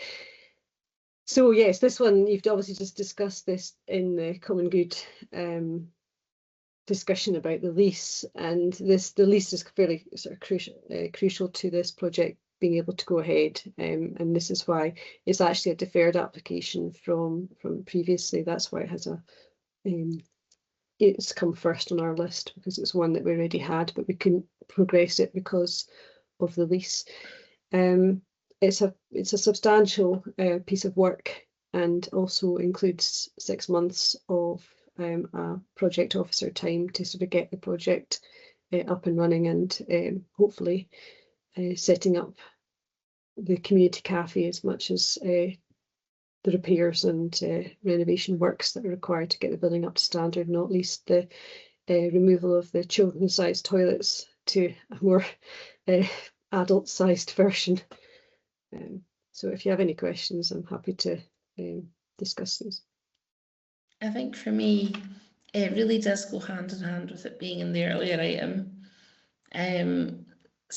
Seeing such a vibrant and busy building lying dormant for so long has really been a hole in the village, and it will be absolutely lovely to see this place buzzing again. Councillor Atkin. Just to say, I remember those. I remember the toilets, and our daughter was at the preschool there was amazing back in turn of the century. Yeah, I remember. I've been volunteering to help and need those little toilets, but it was such an incredible building and lovely garden bit outside and everything. I mean, I'm very excited to get this moving. Councillor McCallum.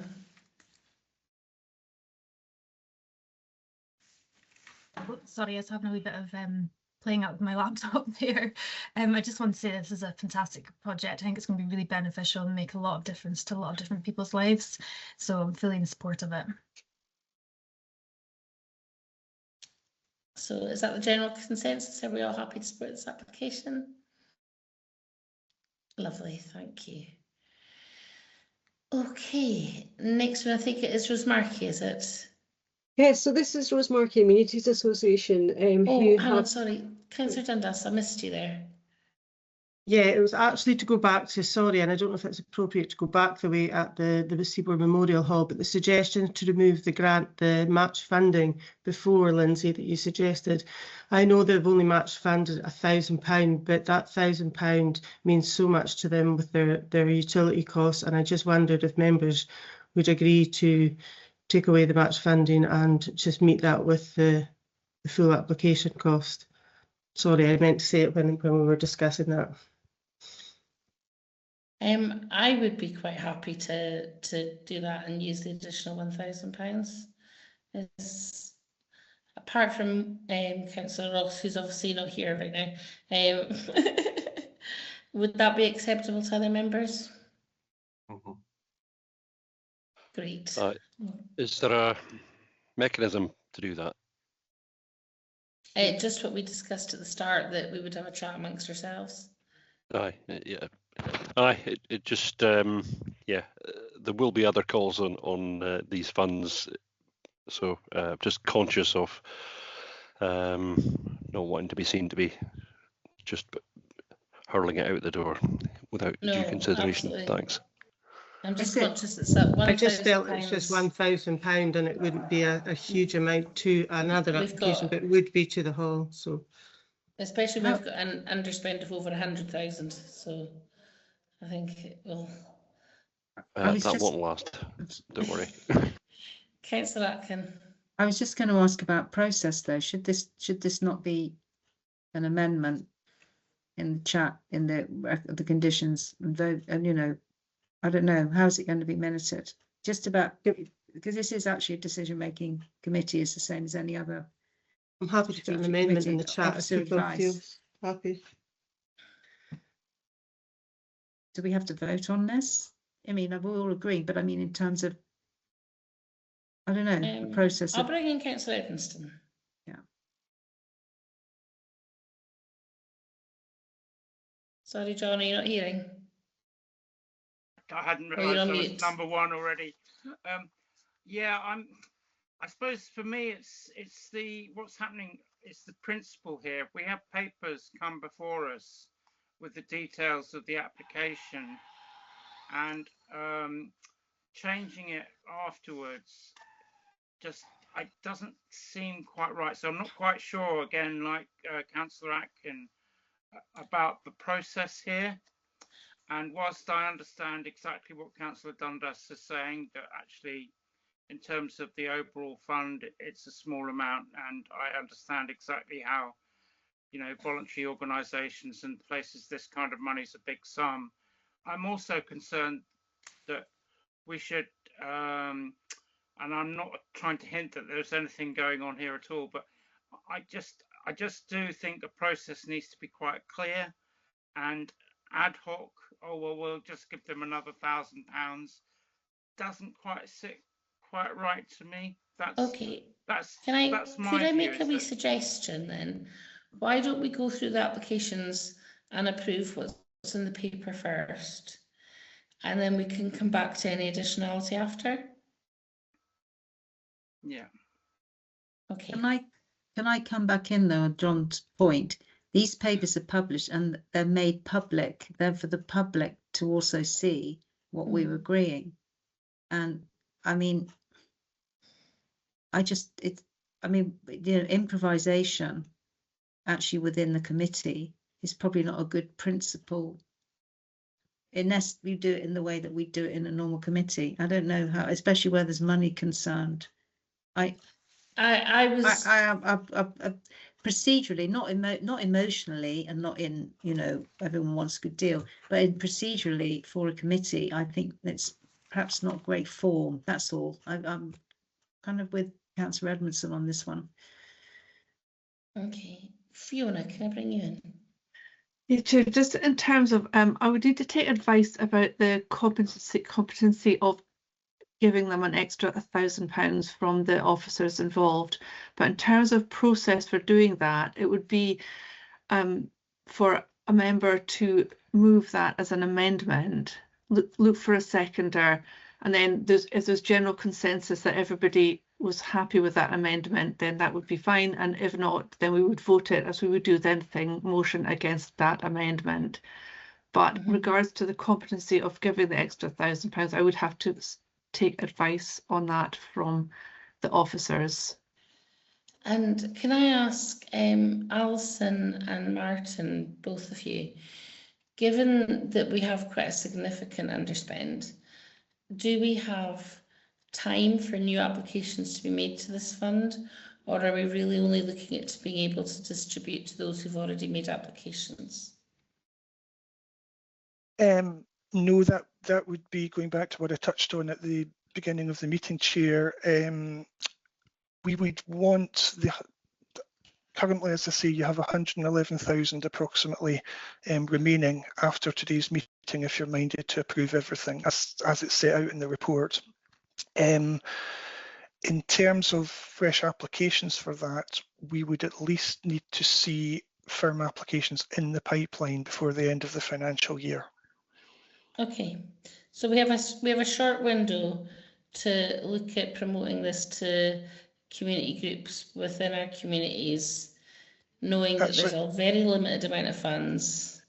We would perhaps caution against any move to open call for applications. Okay. The time to deal with that and deal with expressions of interest and then develop those into full applications before the end of the financial year might be quite challenging.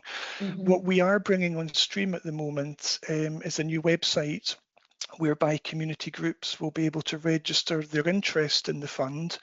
And the proposal going forward is that we will monitor that with you on an ongoing basis, and we can bring proposals from that to area business meetings for further discussion as to what you would like us to take forward. Equally, members have the discretion to invite targeted applications if you are aware that they are local priorities. So you could at least, I guess what I'm saying is, set the wheels in motion on an application that you would know was under consideration before the end of the financial year.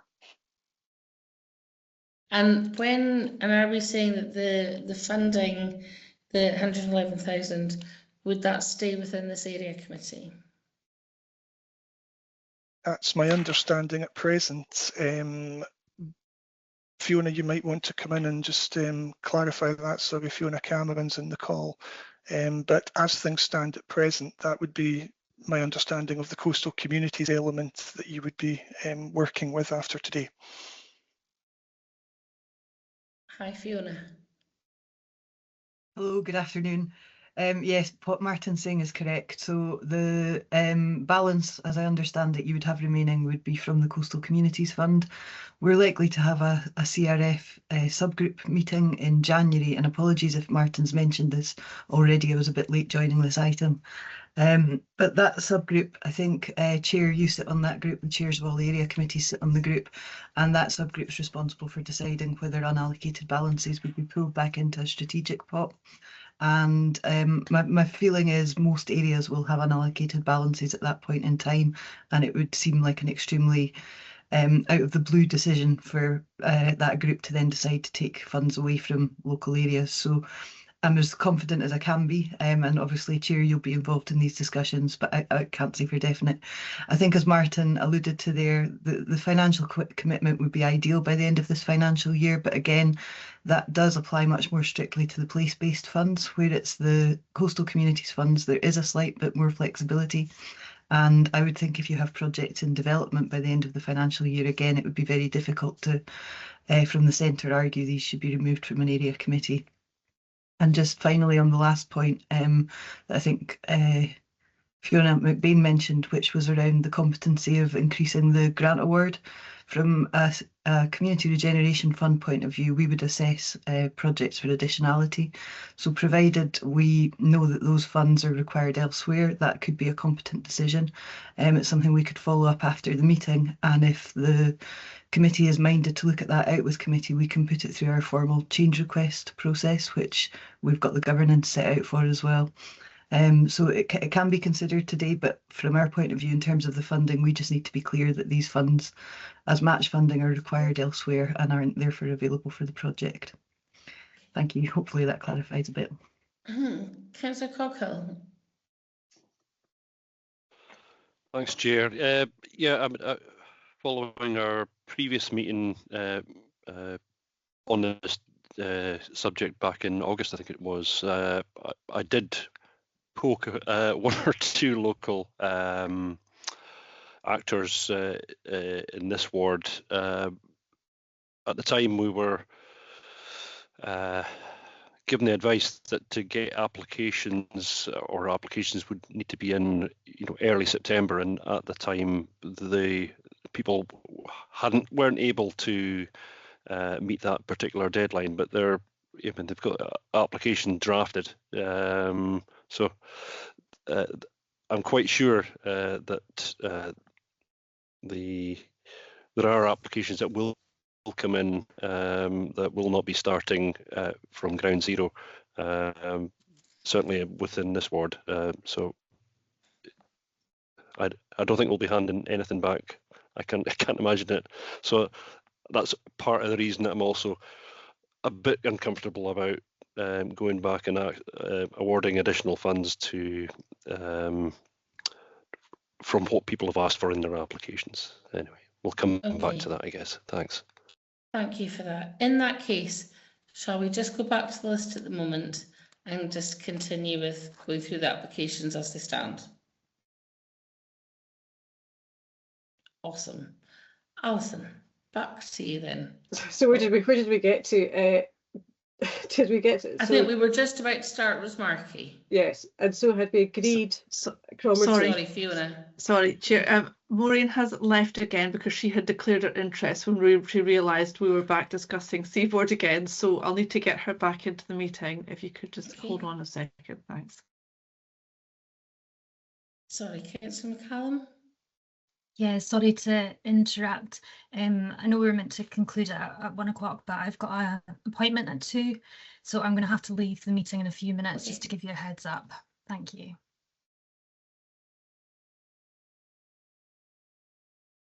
So we just crack on with Rosemarkie. Okay. Did we agree the Cromarty East Church? Yes. Yes. Okay. Seems to be jumping all over the place. Right, grounds maintenance equipment for Rosemarkie Communities Association. So this one, again, is a deferment from a previous application where we had been asking questions about whether or not they had permission to work on land, which they technically don't own.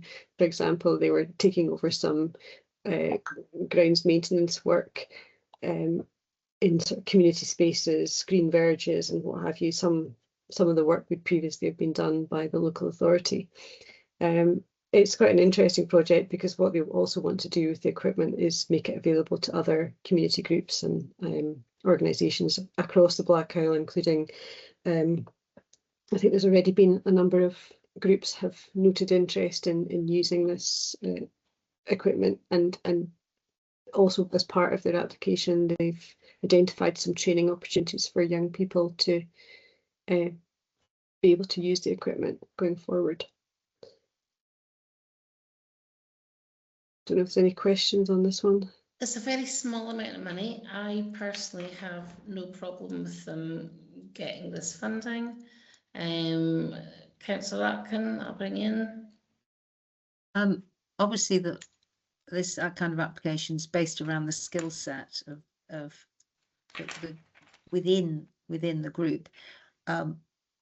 Would it? Oh, presumably we follow up all these applications, don't we, to see if you can't just say take the money and then not actually do the project. Just double checking, because I think this would is potentially very transformative. But obviously, to put everyone's mind at rest, the people with skills would be, with correct skills would be the people who would be, not anyone, any old Tom, Dick and Harry would just rock up and take this kind of kit and get on with it. They'd have to have the skills to do so. But also we need to make sure that the money is spent on what it says on the tin kind of approach. Yeah, in terms of any of the claims, all the money is claimed based on receipted invoices or, and showing interfere kind of information from bank statements and what have you. So that the applications are made on the basis of having valid quotes or for the work that they want to undertake, and we would check that against any costs shown going out of bank accounts and what have you. So yeah, I mean, this one is very much purchase of equipment, which is slightly different from some of the other projects, because obviously this equipment is portable and it could disappear, but we do have monitoring and evaluation for the project in terms of the applicants have to demonstrate through an end of project report what they've spent the money on and how this will affect the community going forward and what are the benefits of it and what have you. So we would be looking for that information, and ultimately I suppose we would, if they have signed up to the agreement, there is an element within the general conditions of any grant that we could technically claw it back if we felt it had been misspent or not spent. Thank you, Alison. Okay, so at the moment I am more than happy to approve this one. Are other members minded likewise? I'm happy to approve. Great. Next. Okay, I'll just keep going with the Blackout ones. They don't, it's not quite in the right order, but it probably makes more sense to deal with Blackout first and then let Martin deal with all the Easter Ross ones. So the next one is the trustees of Tor Hall. I think this is an application that has come in quite a lot. We've discussed it at area business meetings, and it's quite an ambitious project to do a lot of work at Tor Hall. And this is the next stage to try and take the development work and drawings up to planning stage.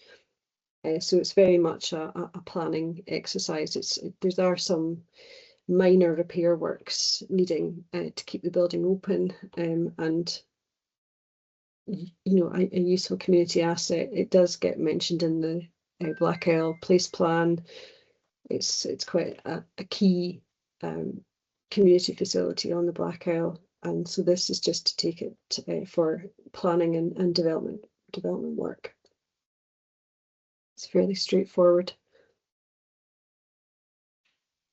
No, I'm more than happy. Right. It's such an essential hall in the Black Isle. It's again, it's one of those places which, in the event of an emergency, they like to see themselves as a centre of resilience. And anything to maintain the future of Tor Hall is going to be much appreciated within that very hard-working group. Are we all happy again? Super duper.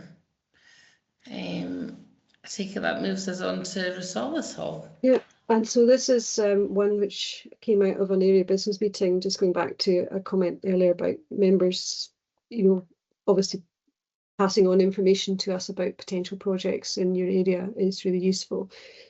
But this is Rosalis Memorial Community Centre. Which is also known as the Traitors Museum. Okay. I'll need to go back and rewatch that episode. That's quite interesting. Anyway, so this is the hall extension, and you know, it's one of the things I would say about this application was it had a fantastic amount of local support in the application, including some wonderful letters from the local school children, which were particularly nice to see. Sometimes we get very few letters of support, so this was particularly nice. It's really the extension of the Memorial Hall. The roof is leaking and it's causing them some issues to do with being able to let the space, and it does seem to be particularly well used. The only reason it got a red on the on our assessment criteria was because it didn't have any match funding, but that's a fairly minor point because we don't ask for it specifically. But apart from that, I think it's a good application and it would allow the hall to continued use and, you know, may free up some other funding that they have to do other works that they need to do in the future.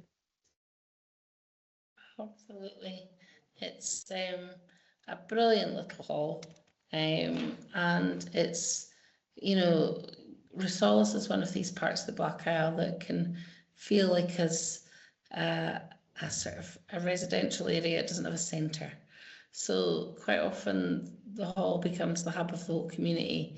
And in recent years, the community council, the parent council, and various other groups, the hall committee, have really come together to really make the hall the focus of the community again. So anything that gives it longevity into the future has got to be welcomed. Councillor Atkin.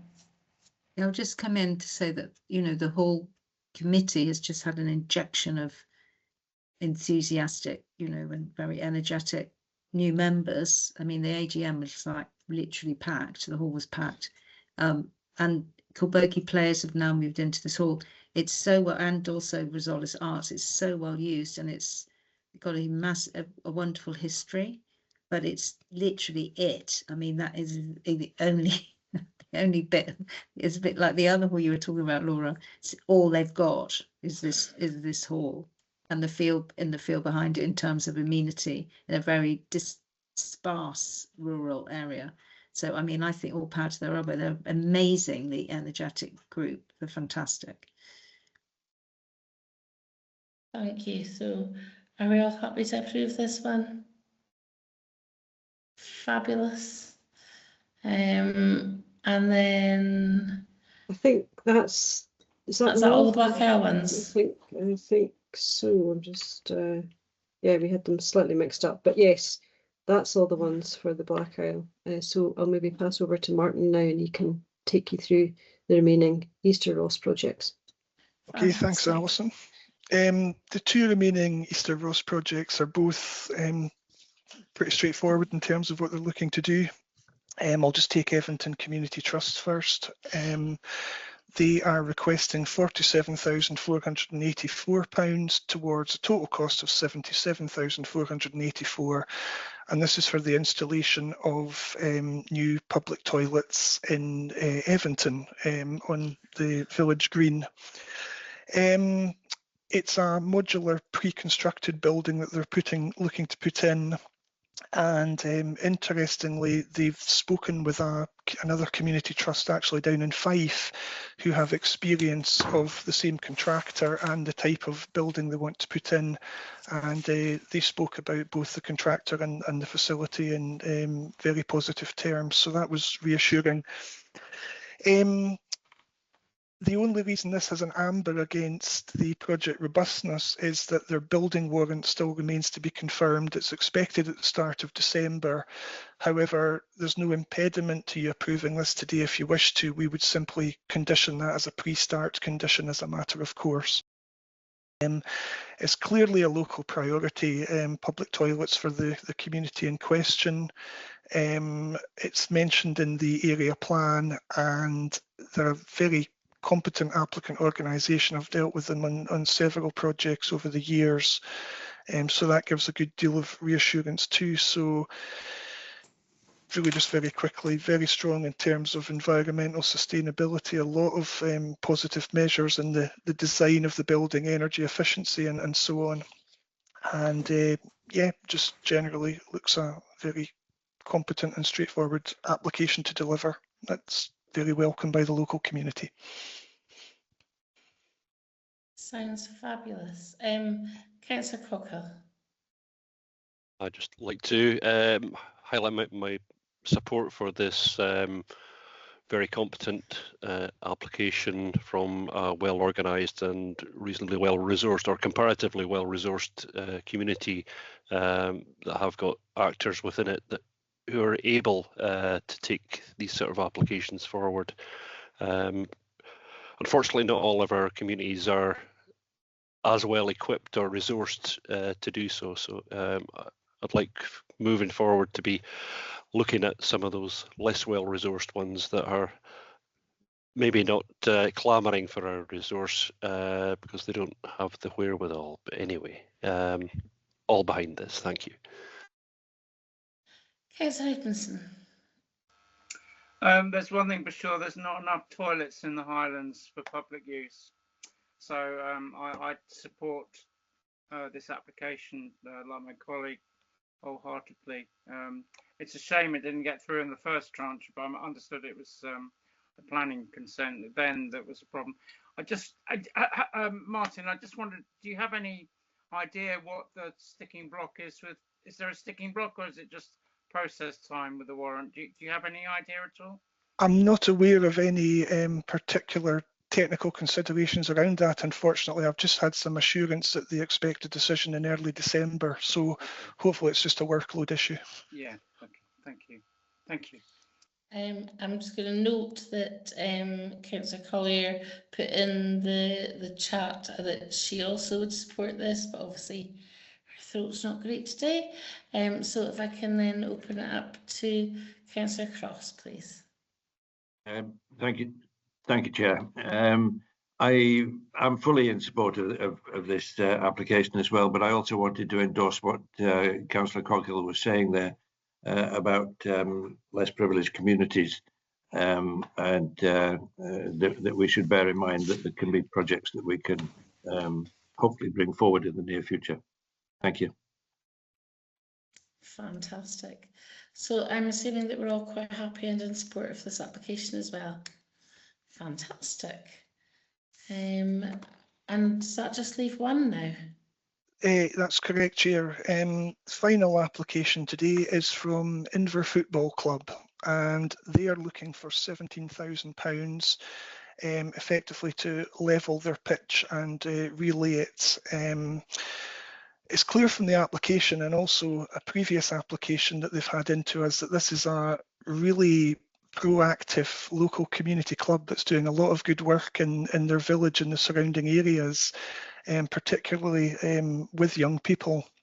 The pitch itself is widely used by the local community as well as the football club, including the local primary school. And it's really clear from the application that I think the pitch is in very poor condition to the point that it's affecting their ability, potentially their future participation in the league that they're in.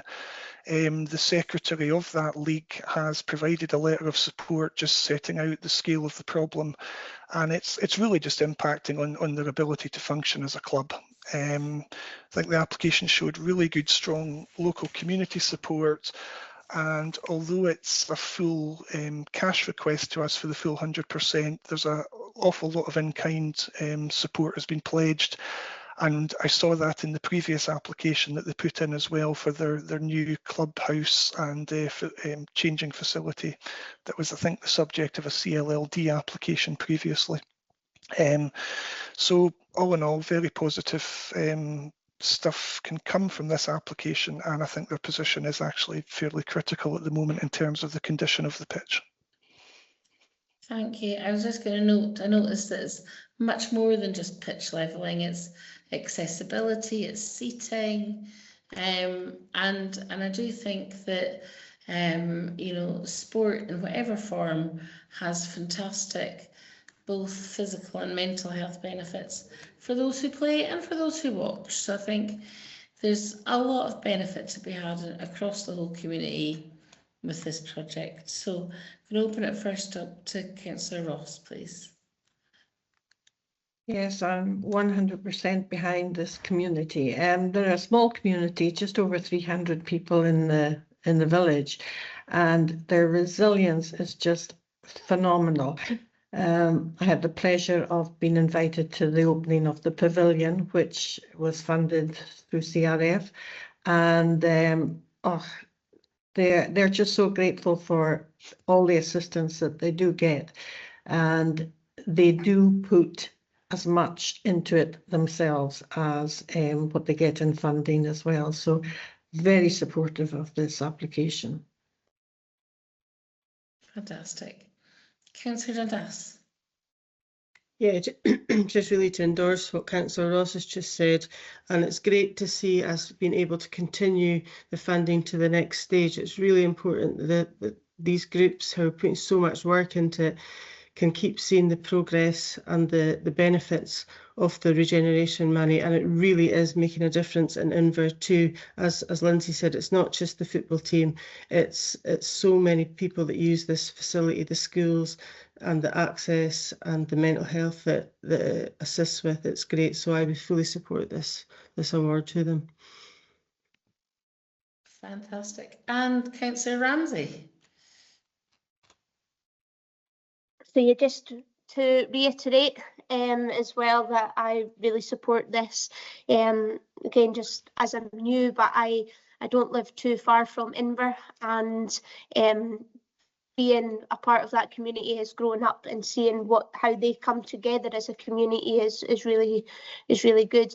And yeah, it's not just the football that will get the benefit from this.